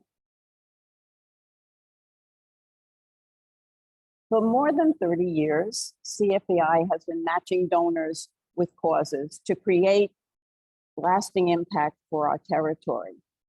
Since 1990, CFEI has provided $52 million in grants awarded. Since COVID alone, in March 2020, we've provided nearly $6.4 million in grants and services. Since 2017 and the hurricanes, the importance of agriculture and farmers was brought to the attention of many of our donors, which gave us a wonderful opportunity to expand our work. The CFEI, we were able to work with a number of different, so I was selective in providing some examples. My main interest in talking to some of our partners in agriculture and farming this evening is to just have them think about ways that CFEI may be able to help. Federal grants frequently have millions and millions of dollars, but sometimes the help needed is a critical need for assistance with completing the applications. So I just want people to keep us in mind. Since the storms, CFEI awarded more than $1 million in grants, which supported USVI farmers and social services. That was through a collaborative program with the American Red Cross. Again, a new partner for us and certainly many new partners with the farmers. We funded a micro grant program. We also were able to work to assist 104 local farmers in grants that they needed after the storms. You're gonna have to be patient with me, but that's what we do. One of the other things that we were able to do, which was kind of cool, was we were able to provide a grant of $238,000 to the VI Department of Agriculture to replace greenhouses that had been damaged by the storms and to help propagate seedlings.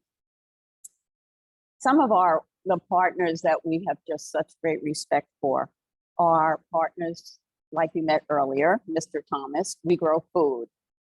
After the storm, CFEI was able to help rebuild and solarize the Bordeaux Farmers Market, and we were able to support a native tree planting project.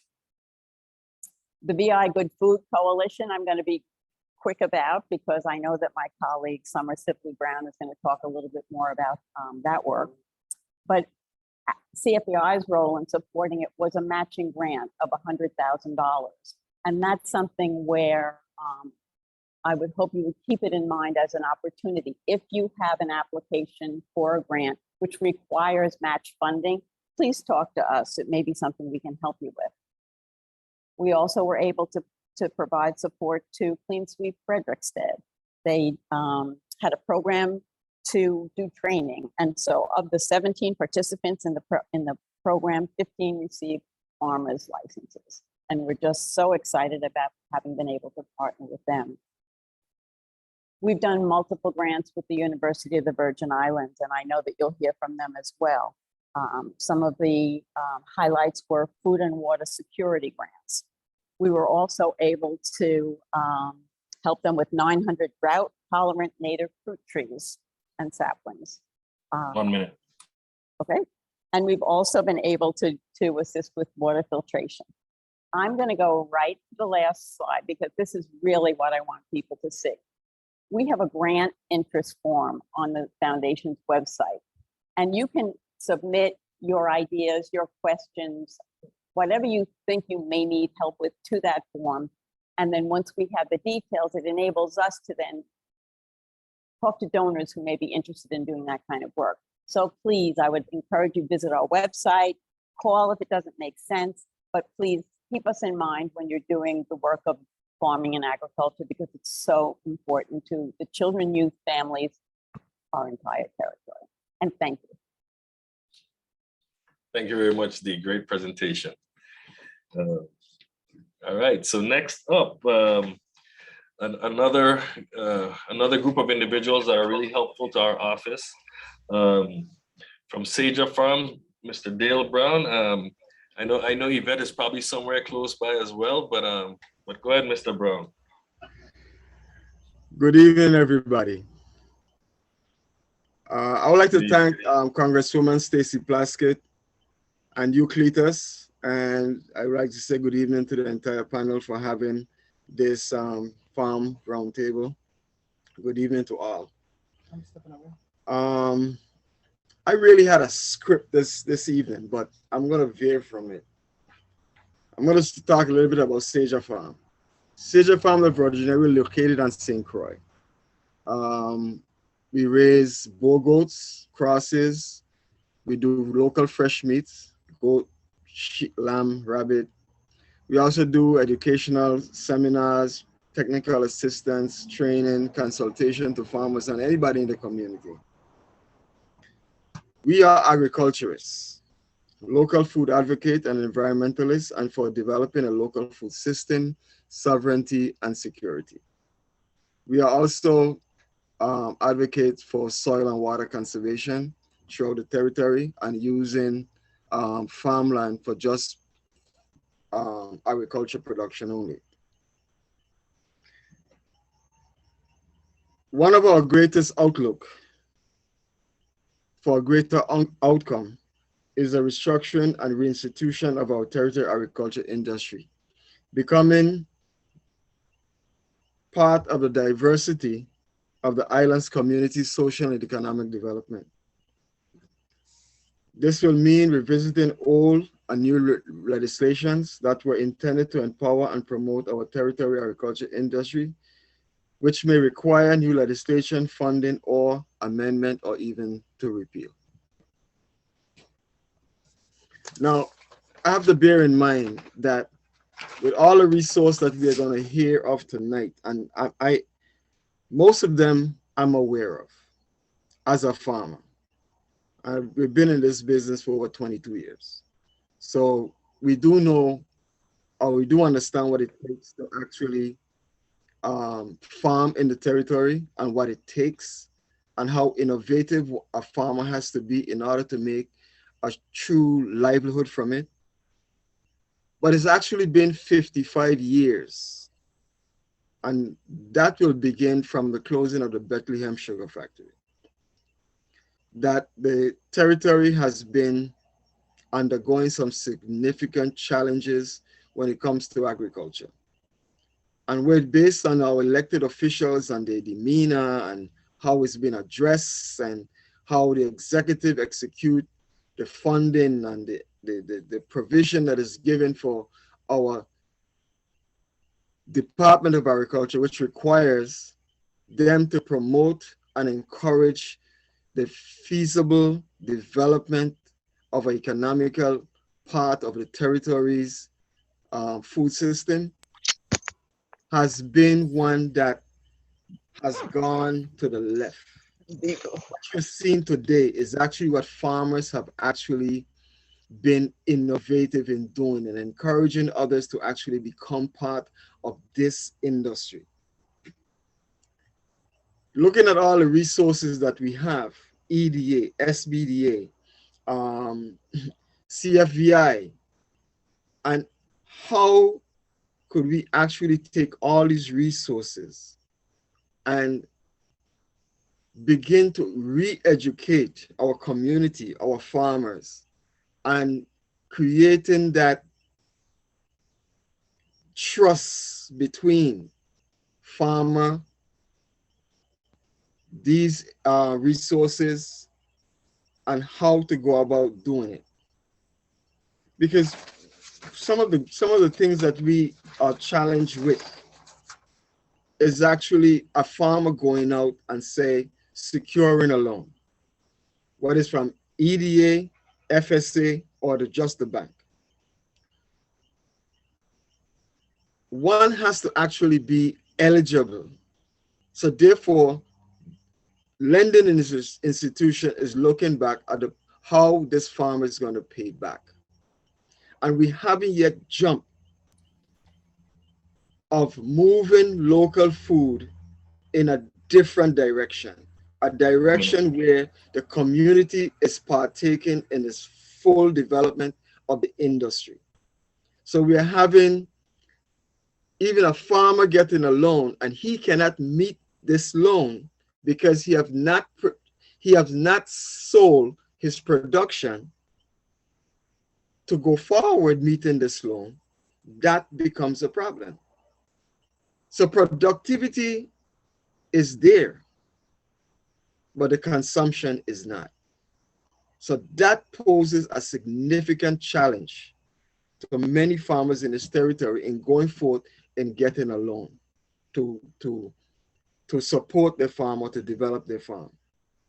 We have limited land resources, and the government has the greatest portion of that.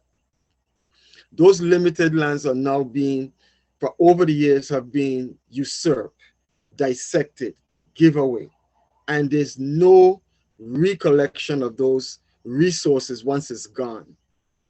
We talk about food sovereignty. What is that? We don't have control of our food, and until we have control of how we grow our food and the food that we consume, whether traditionally or customarily, then we are going to be at the same place that we are. Food security, what is that? Our access to the local food that we grow. We have a lot of work to do when it comes to the development of our local agriculture industry. Creating a local food system. How do we get food moving between here, St. Thomas, St. John, that is local food? That is a significant challenge. I have always looked at our local Department of Agriculture as the first component of our local food industry. I mean, there's so much to talk about, the infrastructure development and the support system that is needed. And we got more work to do. I'll stop at that. All right, thank you, sir. Thank you, sir. I mean, you know, you did go past the 5-minute limit, and I gave you some extra time because, I mean, I think you were hitting some good points. And but this is part of why we're here tonight, because like I said, I think with all the people in the room, you know, even, you know, right now I'm still seeing some chat in the chat, you know, more talk about the mulch and things like that. So I think if a lot of us in this room get together and really strategize about these issues, we could really come to some, you know, to some great consensus and get some of this stuff moving. So of course I will be in touch with you and Yvette, and like I said, let's continue this conversation. But thank you very much for that, as usual, Dale. And of course, say hello to Yvette for me for sure. I will. All right. All right. You're the So Yeah, and so, let me see. And also Nadine, if you're on, you can take a look in the chat. Somebody asked, did VIEDA say that there were tax exemptions for farmers? And value-added products, what are the requirements? So if you could answer that in the chat, Nadine, that'd be helpful. No, All right, so our next presenter tonight is Sydney Paul from the UVI Research and Technology Park. She's the Senior Manager of Business Intelligence and Marketing. Go ahead, Sydney. Thank you, Cletus. I'm gonna put a timer on for myself too. So good night, everyone. I wanna thank the Delegates Office and Congresswoman Plaskett for putting this forum on. It's very important. Tonight for the RT Park, I'm gonna be focusing on a very specific project that we're working on that's focused on providing resources and opportunities for the ag industry in the territory.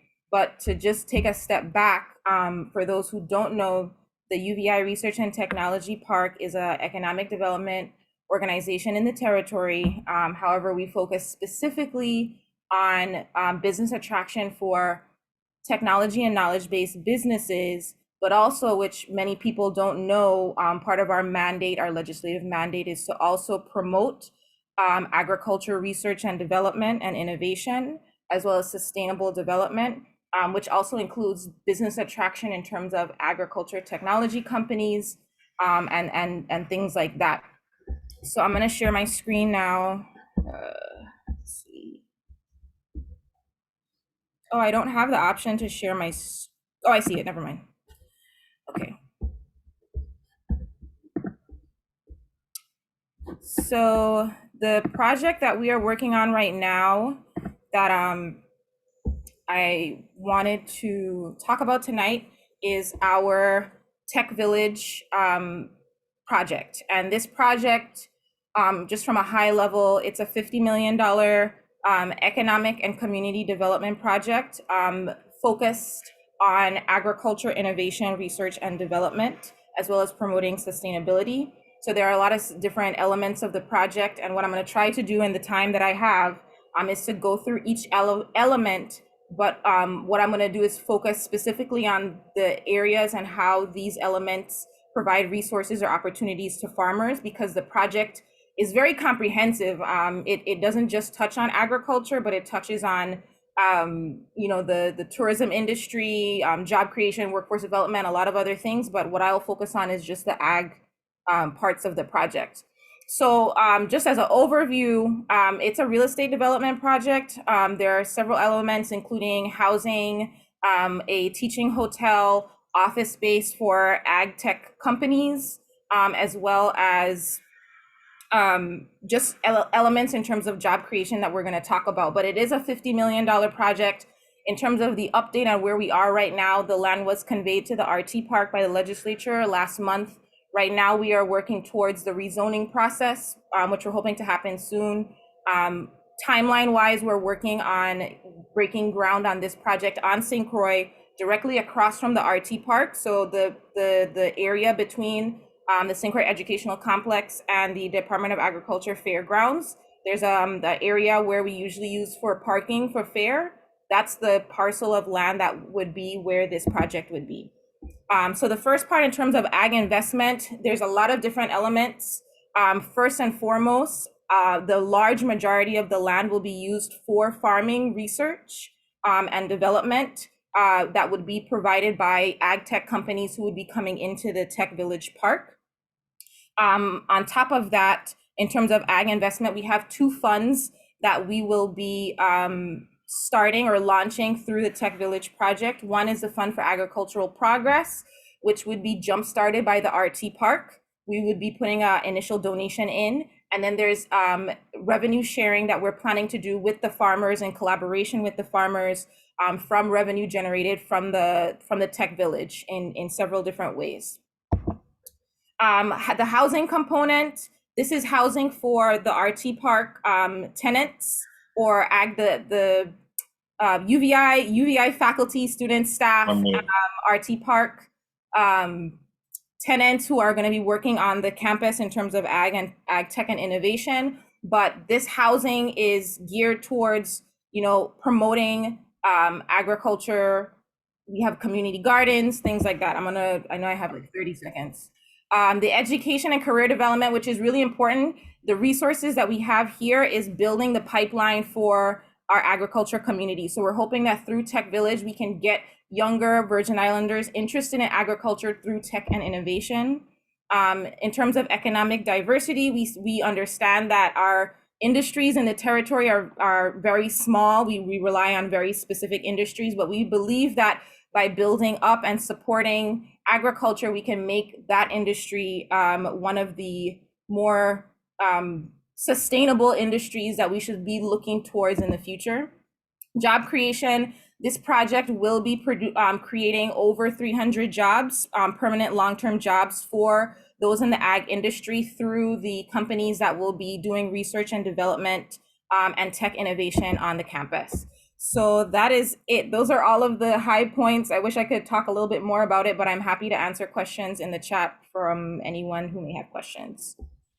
Well, thank you, Sydney. And yeah, so one of the things, we talk about it, but I actually looked it up today. And 12% of our farmers are under the age of 45. So that's something we do really need to work on. So good work over there at the RT Park. And thank you very much for your presentation. And so up next, we'll have Mr. Stafford Crossman and Mr. Dr. Thomas Zimmerman presenting for the University of Virgin Islands School of Agriculture. I don't know who's gonna go first. I'll leave it up to you guys.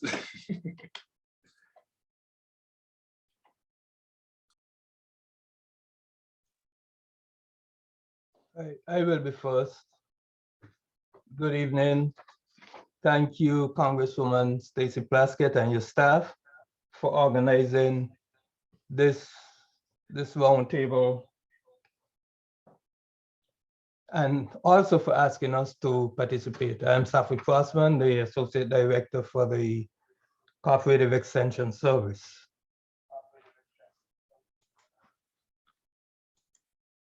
The Cooperative Extension Service operates in partnership with USDA, National Institute of Food and Agriculture, through our land-grant university here, UVI, and the local government. We are a non-credit educational agency that addresses public needs by providing non-formal education and learning activities to farmers, ranchers, communities, youth, and families. We empower farmers and communities to meet challenges they face, adapt to changing technology, improve nutrition and food safety, prepare for and respond to emergencies, and protect the environment. Our extension agents help farmers grow crops, homeowners plan and maintain their homes, and youth learn skills to become tomorrow's leaders. We are part of the newly formed School of Agriculture, and we have offices in both districts, St. Croix and the St. Thomas St. John district. Our program areas are agriculture and natural resources, 4-H family and consumer sciences, communications, and technology. We cover the farm families, and the community. Our training facilities includes classroom, conference room. We have demonstration gardens in both districts. We have our home economics lab, also in both districts, a plant diagnostic lab that's over here on St. Croix, a information repository, and our computer labs. Our training activities include workshops, seminars, short courses, field days, demonstrations, and other displays. We provide technical advice through site visits, response to telephone calls, now quite a bit through online, social media, and responses to other types of requests. Our major educational and outreach activities include agriculture and food fairs, our World Food Day observation, agriculture conferences, and popular agriculture and food fairs.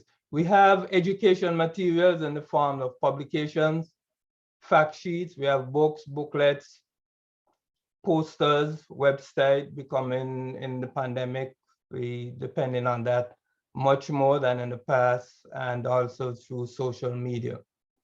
We work with many partners, local partners within the School of Agriculture, particularly the Agricultural Experiment Station, within the university, the School of Business and the Small Business Development Center. We have government departments, Department of Agriculture, Department of Planning and Natural Resources, Education, Human Services, and others, and also with the various farmers organizations. We also work with USD agencies, other land-grant universities, regional universities, other departments of agriculture, and non-government organizations.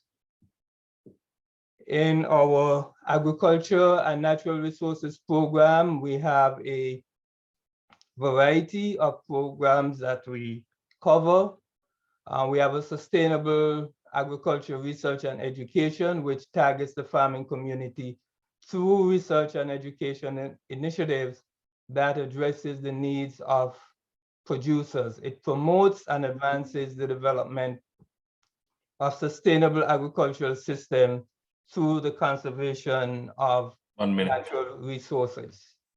We have our urban gardening that provides technical assistance to home gardeners and the community schools in developing or improving home and community gardens.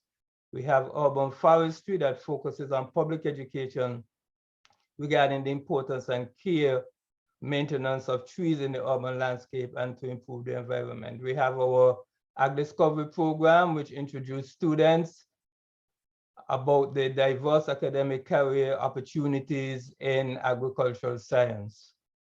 We do integrated pest management and pesticide safety training, part of which trains and for certification, private and commercial pesticide applicators.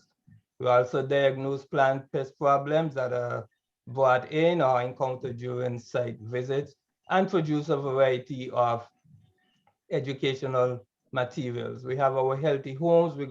It's more than on the farm. We get into the homes and we have our healthy home program that emphasizes practices that we should do in the home to make it healthier for all the members of the family. And we focus on natural resources and environmental management. We have our 4-H Family and Consumer Sciences program and communications and technology. I think my time might be up. So thank you very much. All right, thank you. Go ahead, Dr. Z. Yeah, good evening, and thank you, our Congressperson Plaskett and her team for inviting us here. I'm Dr. Thomas Zimmerman. I'm the Interim Associate Director of the Agriculture Experiment Station. To cover some of the programs that we have at the Agriculture Experiment Station on St. Croix. We have the agronomy program with a brand new faculty member. He is focusing on forage agronomy. He comes to us from Arizona, so he is aware of drought-tolerant forages that he's going to be testing here in the Virgin Islands to help improve our pasture lands that we have that we use for grazing. And he's already involved. He started in October, but he's already involved with a couple farmers to start research plots with them and test out some new varieties of grasses. We've got biotechnology and agroforestry is my program. We've been doing breeding work with sorrel, and we released 2 new varieties in April. One is called Midnight, after one of our reggae singers, and the other variety is called Festival. This is a breeding work that was supported through the Specialty Crops Block Grants that we got through the USDA and the VI Department of Agriculture. Also doing breeding work on developing a better sweet potato. We're working on a purple sweet potato that would have more nutritional value for people in the Virgin Islands. So that should be coming out quite soon. Also, we've been studying and we gave out 1,300 cuttings of dragon fruit this spring. Dragon fruit is pitaya. It's grows locally. It's a wild plant in the Virgin Islands, but some of these are hybrids. It is a cactus, a climbing cactus, so it is drought tolerant. So we're making some of the selections of varieties that we've tested available to farmers and homeowners. We also have agroforestry, where we focus on native trees, mainly on those that are on the federal endangered species list, trying to preserve them so they don't go extinct in the Virgin Islands. The horticulture aquaculture program, we are focusing on vegetables and using micro irrigation, the most efficient use of water through drip irrigation, and then studying different varieties of vegetable crops to find out which are best for the Virgin Islands. We did a study this spring. In May, we were growing radishes. Radishes are potential after hurricane. Hopefully we never have another devastating hurricane again like Irma and Maria, hopefully. But if you grow radishes, they can be harvested in 21 to 28 days. So it is a fast crop that has a lot of potential in the Virgin Islands. Aquaculture, we grow tilapia fish. Then the animal science program, it's currently vacant, but we are focusing on developing a better hair sheep. We've been crossing the St. Croix white hair sheep with the Dorper to come up with a meatier, larger sheep. So to increase food production in the small ruminant livestock area. And I should say that in the horticulture aquaculture program, we have a new faculty member, Dr. Henry Awika, who joined us this spring. And I will leave it at that. Thank you. Thank you. Thank you very much, Dr. Z.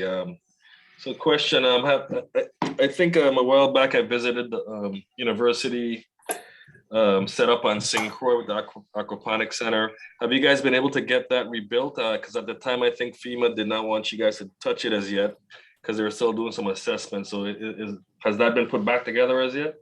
It hasn't been put back together and we don't have greenhouses yet, but bids went out to fix the sheep facility and also the aquaponics area and the shed where we have storage. The greenhouses, we still are waiting to put that out on bids. It's a little challenging to get a structure like a greenhouse that's Category 5 wind resistant. Yeah, I got you. Congressman, did you have a question? Or? No, just grateful for all of the presentations thus far. I think this is really great. I'm grateful also that people are beginning to have some discussions and share information in the chat. Thank you, Cletus, for the work that you're doing. I'll just continue to listen. All right, thank you very much. And also, Dr. Z, the other thing with radishes, a lot of people don't realize you could eat the tops as well. So that's another good reason to grow radishes as well. Quick crop and you could use the whole thing. So exactly. And also sorrel. Sorrel, you can pick off the leaves. The lower leaves, you can cook it as greens. The young leaves, you can use that in salads, fresh salad. So the whole plant is edible.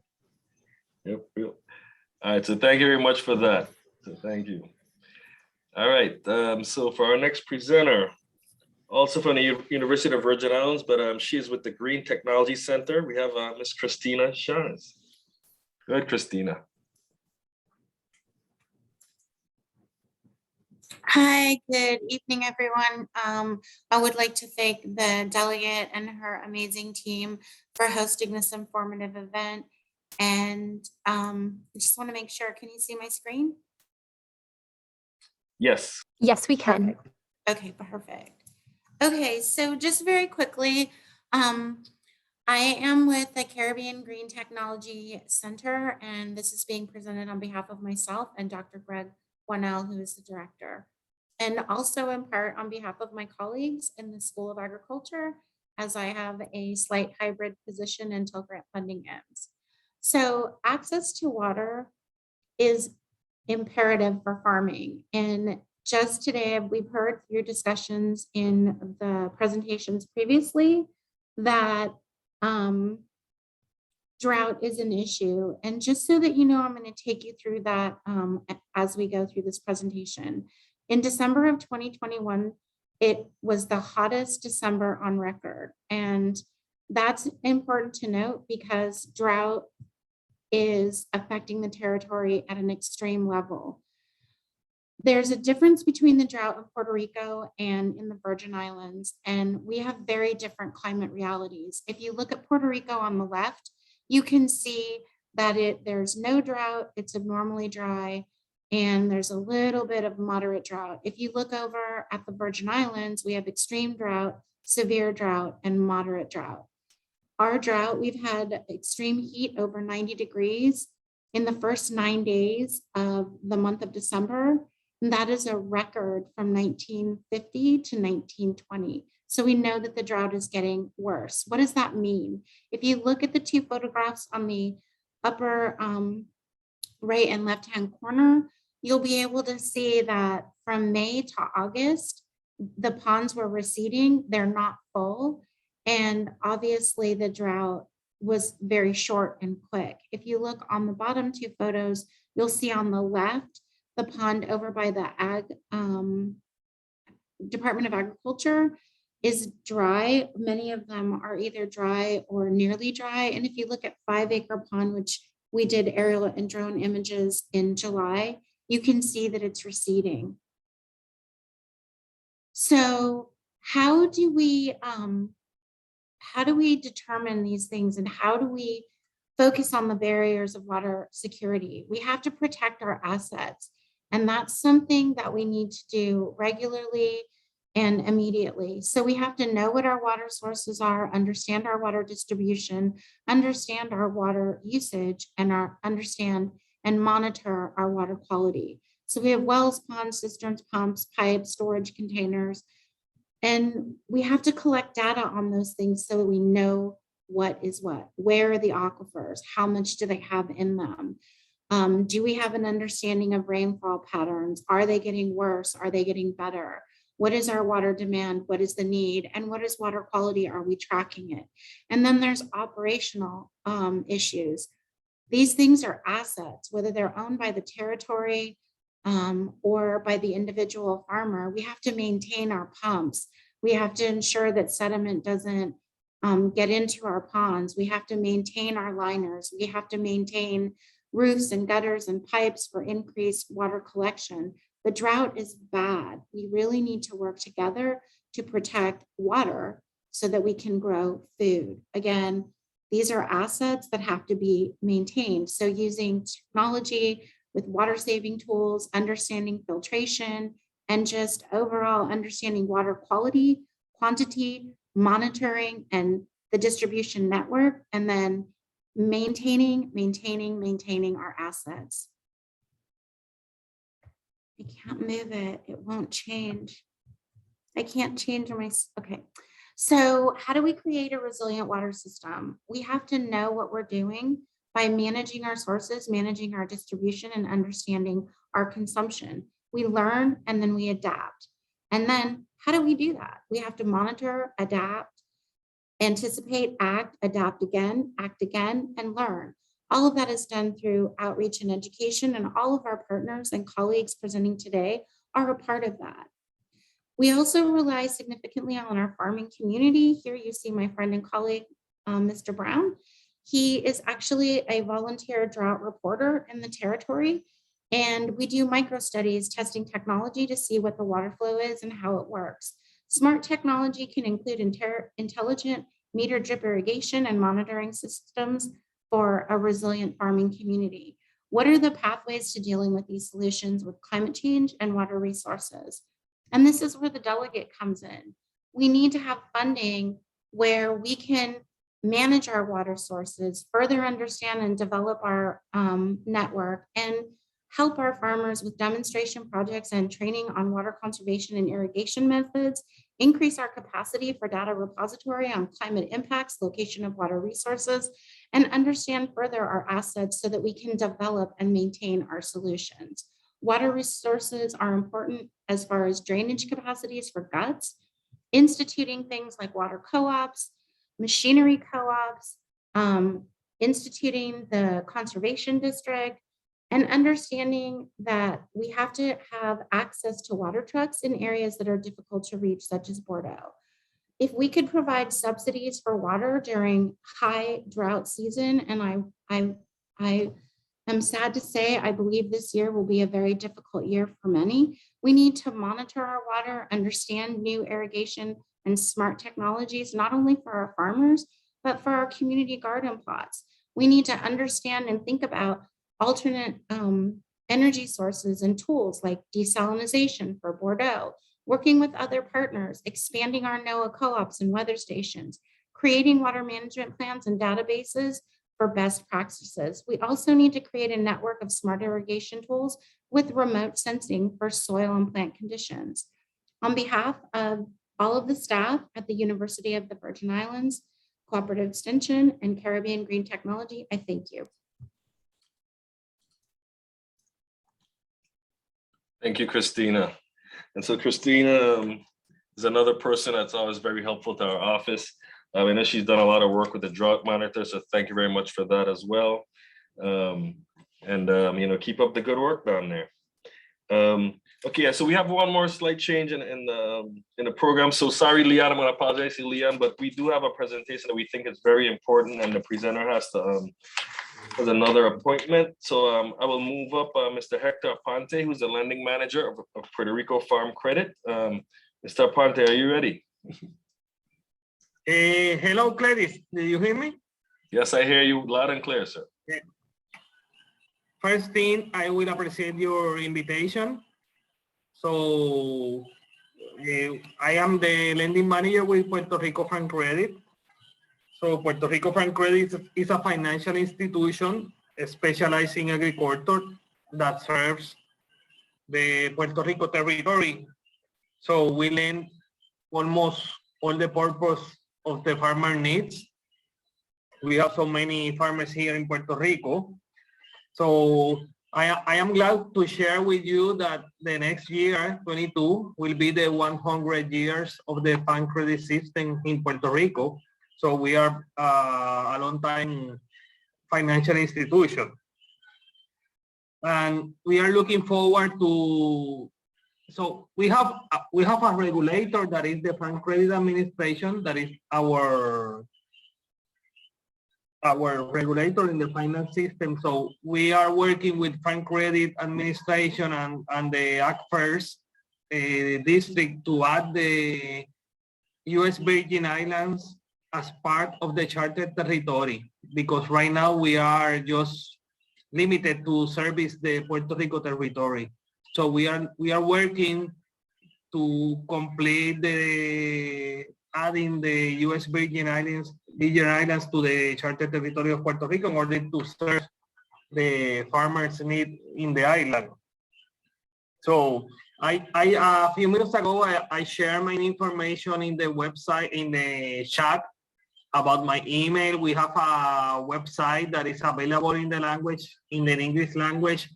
We are working, we have some initiative with the farmers in Puerto Rico in terms of what we call Farm Credit University, that is a learning module in terms of video and conference that try to make the farmers aware of what they need to do before getting some financing in terms of the planting schedule, the financial proposal, the business plans. So they are getting ready to get about requesting some financing. So we are working on that, and we appreciate your time and your invitation. So please feel free to ask and email me or share in the website any information you need. So we will keep in touch. All right, thank you very much, Hector. And so, yeah, and also I know Tammy is not here tonight, but Tammy Mitten, who's with ACFIRS Farm Credit, she's also been very helpful. And so we really hope that, information we've been sharing with you as far as the amount of fishers and farmers we have, that will finally get us on the map as far as being able to extend your charter to the USVI. So that's very important. And so keep up the good work over there. Okay. Thank you. Thank you all. All right, thank you. All right, so next up, so every now and again you put together a lineup and you might make a mistake, and and so the next presenter, this is one of the young Virgin Islanders that they wear so many hats, they you can't keep track of what they're doing at a particular point in time, so we have Nerix on the schedule, but I think today he's going to be presented for FarmMed. So we have Mr. Leon Hughes. Tell us what you're working on, sir. All right, great. So if I can share my screen, that'll be great. 1 second.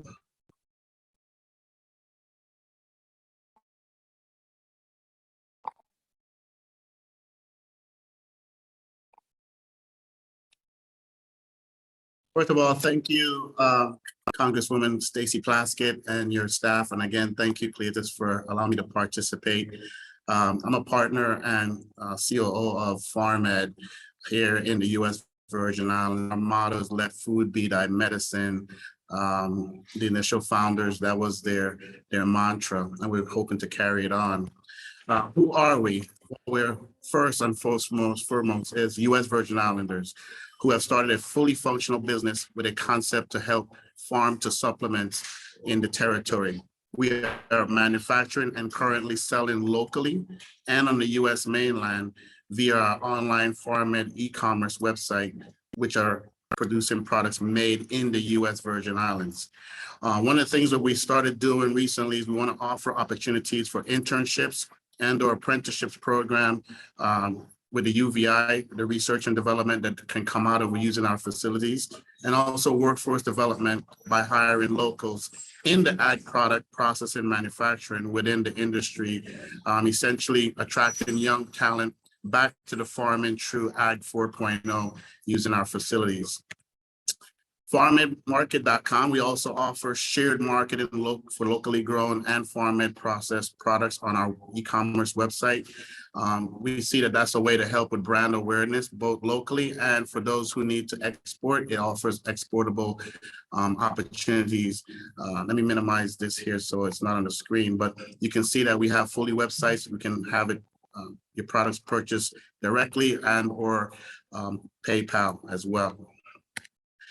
And what happened after the COVID is the partners and us sat down and we felt that we needed to extend and help in the value chain between the farmers and their produce to farm to table. So we decided to open our FDA approved facility, which we can provide value added services. Obviously, we're not farmers and we're helping people who have ideas, individuals alike, to be able to have their agricultural ag produce extended to a farm to table, sustainable, marketable, and coming up with innovative products with the ability to leverage off our abilities. And those products can go to dehydration. They can be furthered into human grade consumable powder. And if you want, we can actually encapsulate with our vegan pills. We can do encapsulation and further get you ready with a fully labeled bottling process as well. Here's our open house. We do from time to time open our site to folks to come in. On the left-hand side, you'll see that we have a commercial grade dehydrator. You can see some of the products here. That's dehydrated breadfruit on the rack. And then you can see we had some folks from the community come in and tour our facilities in St. Croix all the way to bottling. As you can see, we take very care of the people that come into the facility from what they wear. You can see that it's a FDA clean environment for the production of your products to take them to table. And that's it. I mean, I'm quick. I open it up for questions, and anybody who has a ability or want to come and see the facilities, we're definitely open for that as well. Again, I want to thank you, Cletus, Congressman Stacey Plaskett, and all your staff. And I can share this PowerPoint with you, Cletus, so you can get it out to anyone who needs to see it. Well, thank you very much, Leon, man. It was So I was lucky enough to be able to tour the facility. And like I said, from what I see there, it's a nice facility, neat, clean, organized. I know some people might be asking to expand your facility, because right now, so is it correct you're only doing dry products currently? Yes, we are doing dry products, and there's one more shameless plug that I'm going to do to help with the conversation. Yeah, coming in 2022, I am launching another business that's currently being formulated so we can be ready for EDA, EDC, and/or RT Park benefits. But we're bringing a patented technology of glass. So what that means, the glass itself can, in addition, it's even more powerful, and using solar power, it can store power directly from the glass. It can power small utilities that help with a glass hurricane proof. It's actually rated to category 5. It's rated to tornado. It's just partnering with builders in the territory to build these facilities for greenhouses. So in St. Thomas, you can go vertical if you don't have a lot of land. In St. Croix, you can keep it at a single level, and you can expand it across the board. So as you can see, our patent is issued on the right-hand side. And so we're bringing that to the Virgin Islands in 2022. We're currently partnering up with some other like-minded folks in the territory. So again, this is all to add value to the chain for farming. As you guys are studying, we talk about innovative technologies. This is exactly what we're talking about. So you can have a sustainable environment that can be tweaked to the type of products that your produce you're having. The glass can also keep out bad light and bring in the necessary light that's necessary for the type of agriculture that you're growing within the greenhouse. So I think someone mentioned earlier, how do we protect our crops from extreme weather or other elements that come in and eat or destroy your crops? We have an opportunity to do so with glass-powered greenhouses. So again, that's another thing to add to the value chain that we're bringing to the U.S. Virgin Islands. Well, yeah, well, you just light up the chat, because everybody in there is to give you big ups and congrats and like, wow, this is amazing. So I mean, so good stuff, Leon. Keep up the good work.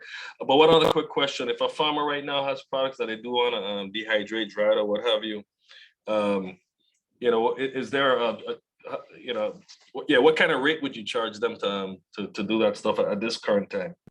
Yeah, well, it's interesting you bring that up. What we're doing initially, because every product or produce is different, we're offering a research and development, which is free right now. So if you have produce, every farmer might want it dehydrated to a different consistency, to the powder. So the first run we do is a small batch. And from there, then together, we want to make sure that the rates and the cost is amicable. So on the other end, there's profit built in for the farmer or the individual alike. So as you saw the facility, if you have a product, if you have an idea, something innovative, let us know. We bring you into the facility. You're part of the process. And whatever that formula comes out to be, that's lockbox, that's your formula. So even if someone else comes in with the same product and they're doing something, it's not shared across. That basically becomes your intellectual property for each individual farmer or individual. So yes, right now, if you have an idea, we're open, and we'd like to help you get your idea out. All right, thank you, Leon. Good stuff, man. Keep up the good work. And so now, so yes, so in 2019, one of the visitors that came to the farm tour was Dr. James Linder, but I call him Jimmy, and I think he likes that name. But and so we also share a passion of golf amongst other things. But right now, he brought a team down. So Jimmy, I'll let you go ahead and introduce your team with the Land Grant Institute Resources team. Thank you so much. And thank you, Congresswoman Plaskett and my friend Cletus. And good night to everybody. Greetings from the beautiful University of West Virgin Islands, St. Croix campus. So we're here. We're super excited to be here. We've actually done a lot of training today, looking at agriculture and yesterday as well. And so we thought it was important to be down here. To my left here is Torsten Knappenberger. He's a soil physicist. And so we're excited for him to come down here and be a part of what we're doing. And behind me is Dr. Eddie Roberts, Dr. Robert Strong, and then one of your own locals that works here, David Hensley, is a research scientist at the Ag Experiment Station. And we all share several things in common, besides having our own feet on the same planet, but we all have Ag Experiment Station appointments, and we all, that everybody has to eat. And so we're a passionate group of individuals that have traveled around the world, work in the Global Education Laboratory, working on trying to solve sustainability issues and resourcefulness related to agriculture. So we're always looking for opportunities to partner with people and to bring the people together. So last time I came here, one of the big issues that we heard about was fractured wells and issues with water quality and soils. And so we reached out to Dr. Knappenberger in terms of putting some projects together. And so in addition to working with Mr. Hensley, he is actually a PhD student at Auburn University. So we're really proud of him joining our team, and he should be done. Dr. Knappenberger thinks in 5 years. I'm thinking about 2.5 more years. So we'd like for him to move on. He's a great resource.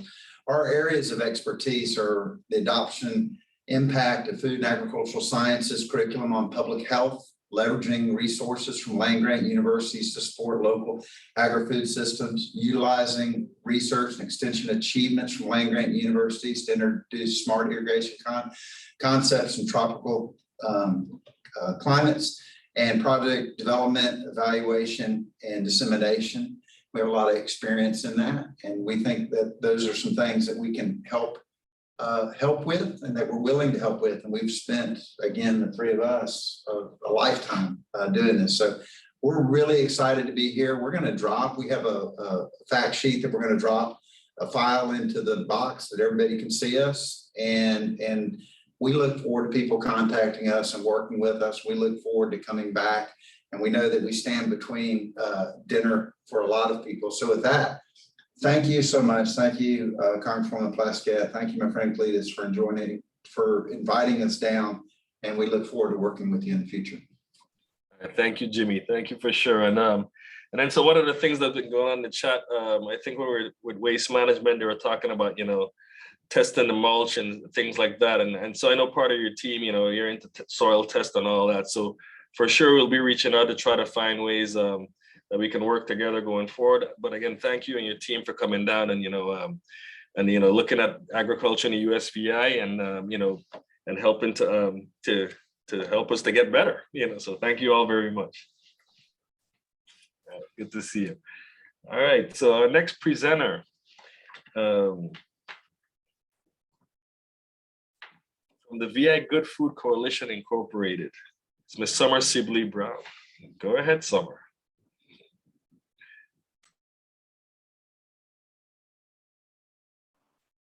Hi, everyone. Good evening. I am Summer Sibley Brown, and I am the founder and executive director of Virgin Islands Good Food Coalition. Our mission is advancing the common good through food. Our vision is food security, sovereignty, and sustainability, and good food for all. You've heard probably the project, the virtual farmers market, mentioned through several partners this evening, Iowa State, CFVI. A lot of our work is around market creation, education and advocacy, technical assistance, and data collection and research. And the virtual farmers market opportunity, the online market, gives us the chance to do all of those things. So this is a direct to consumer, this is a direct farmer to consumer marketplace. So when you think about it, think Amazon, think eBay, where we are just the framework in which individual farmers have the opportunity to sell food through. We've been involved in advocating for farm to school programs. We're one of the first groups to do that in partnership with local farmers. We're also working on a farmer peer educator program. And when we talk technical assistance, we're actually the technical assistance to the technical assistors, right? And when I say that, we've heard a lot of resources mentioned on tonight's call. Our goal and our role is ensuring that we help farmers connect to the proper places that have resources. resources. I'm going to skip to the outcomes of the Virgin Islands Virtual Farmers Market. We want to increase capacity of farmers to operate successful online businesses. We want to increase farmer knowledge on food safety and local produce. We want to increase market opportunities for VI farmers and consumers. We want to increase online sales. We want to increase the numbers of consumers who have access to locally grown food and can consume it easily.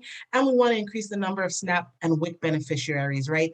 The last time I checked, and I'm sure it's ballooned up, it was about $56 million we receive in SNAP benefits. If there was ease in using those benefits online, we could really direct a large pool of money to farmers directly. We won't be managing farmers' money. This system will have a POS system. The money will go into the farmer's bank.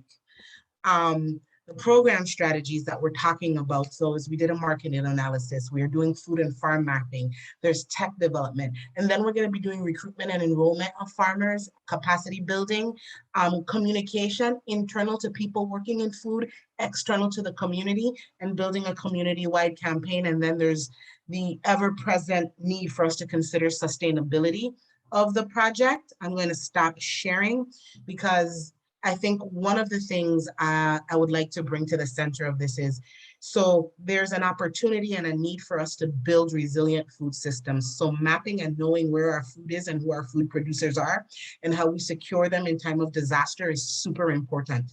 Even if farmers don't want to be found on a public website, we need to know where our food is. It's a matter of national security. We need to understand, we need to begin to use technology to understand the relationship to our food and the natural resources around it like water, and geospatial mapping can help us do that.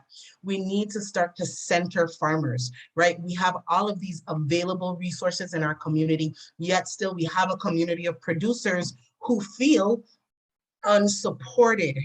There is a relationship shift that has to happen to provide connection to those producers, to the opportunities in this community so we can better leverage them. Was that my 5 minutes, Cletus? I heard a bell. Okay, so I was just like, because there's so much to say.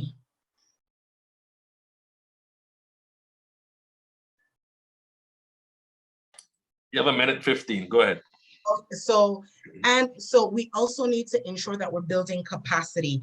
I love, in this time where we are focusing on development, that development of our production and our producers and our food system has to come from inside out, right? If we keep pushing external top-up answers to our food system without producers and consumers at the center, we will never realize a reduction of the 98% import rate. It is not for lack of knowledge.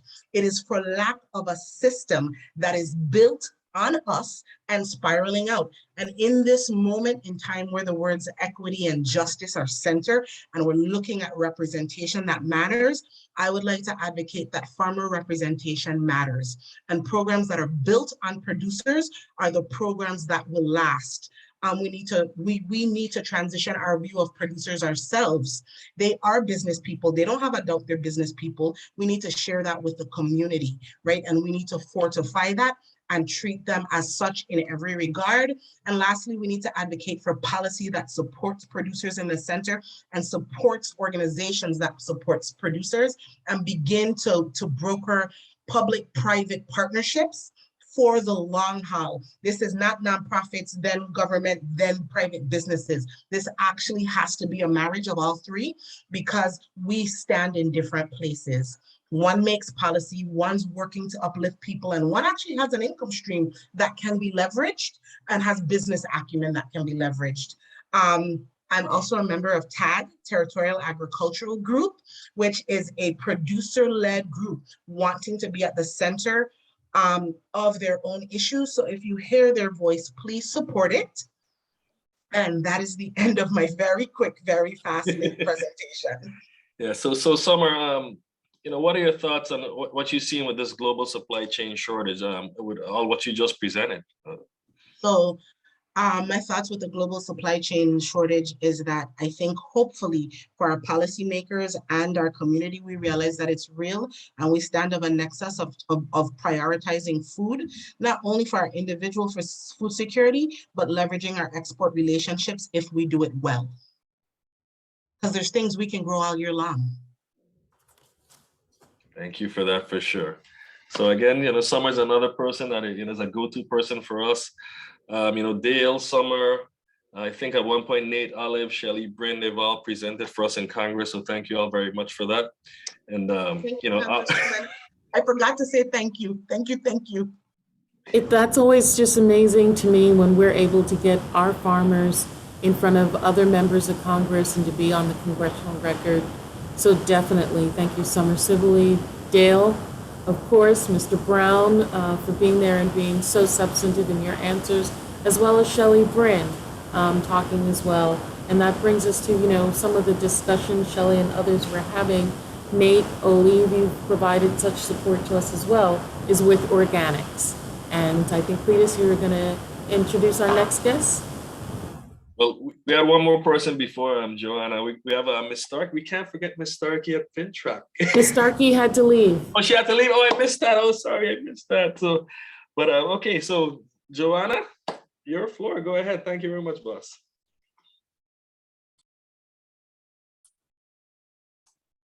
Okay. Good evening. Good evening. Good evening. Hi, I'm Jo Miranda with the Organic Trade Association. Thank you so much for the invitation tonight, and I'm so glad to join you, and I have been learning so much from all of you. I'm going to share information today from the Organic Trade Association. We are a membership-based business association for organic agriculture and products in the US. Our mission is to promote and protect organic, and our activities include legislative and regulatory advocacy, education, research, and international market development. Organic is a market label for agricultural products, and it's unique because it is backed by federal standards that require sustainable agricultural practices that promote soil health, animal welfare, and protects natural resources. And the organic label guarantees no GMOs, no toxic pesticides or fertilizers, no antibiotics, no artificial flavors or preservatives.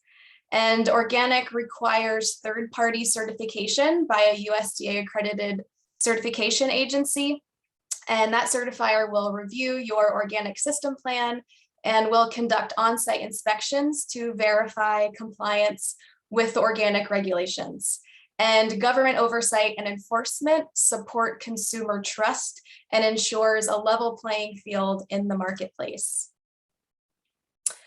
The introduction of the USDA organic seal into the marketplace has captured growth for organic farmers, businesses, and consumer sales. And organic is now a bright spot in the US economy.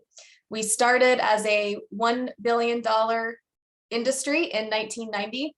And we have been the fastest growing sector in agriculture since. The regulations were implemented in 2002. And now we have over 28,000 certified organic operations nationwide, with sales reaching almost $62 billion. Not only is organic a great market opportunity for domestic US farmers, but it also drives benefits for people and the planet by promoting soil health and biodiversity and mitigating the impacts of climate change, which leads to safer farm workforce, viability for farmers and their communities, and healthier food for consumers. So this slide has some resources, which I'll put links into the chat window so you can save them for later. There is a website where you can find a certifier to access organic certification. There are many businesses that offer organic certification. It must be a USDA accredited certification agency. And there are 2 certifiers that are already operating in the US Virgin Islands. Both are headquartered in Gainesville, Florida, but I will put links to those certifiers into the chat window.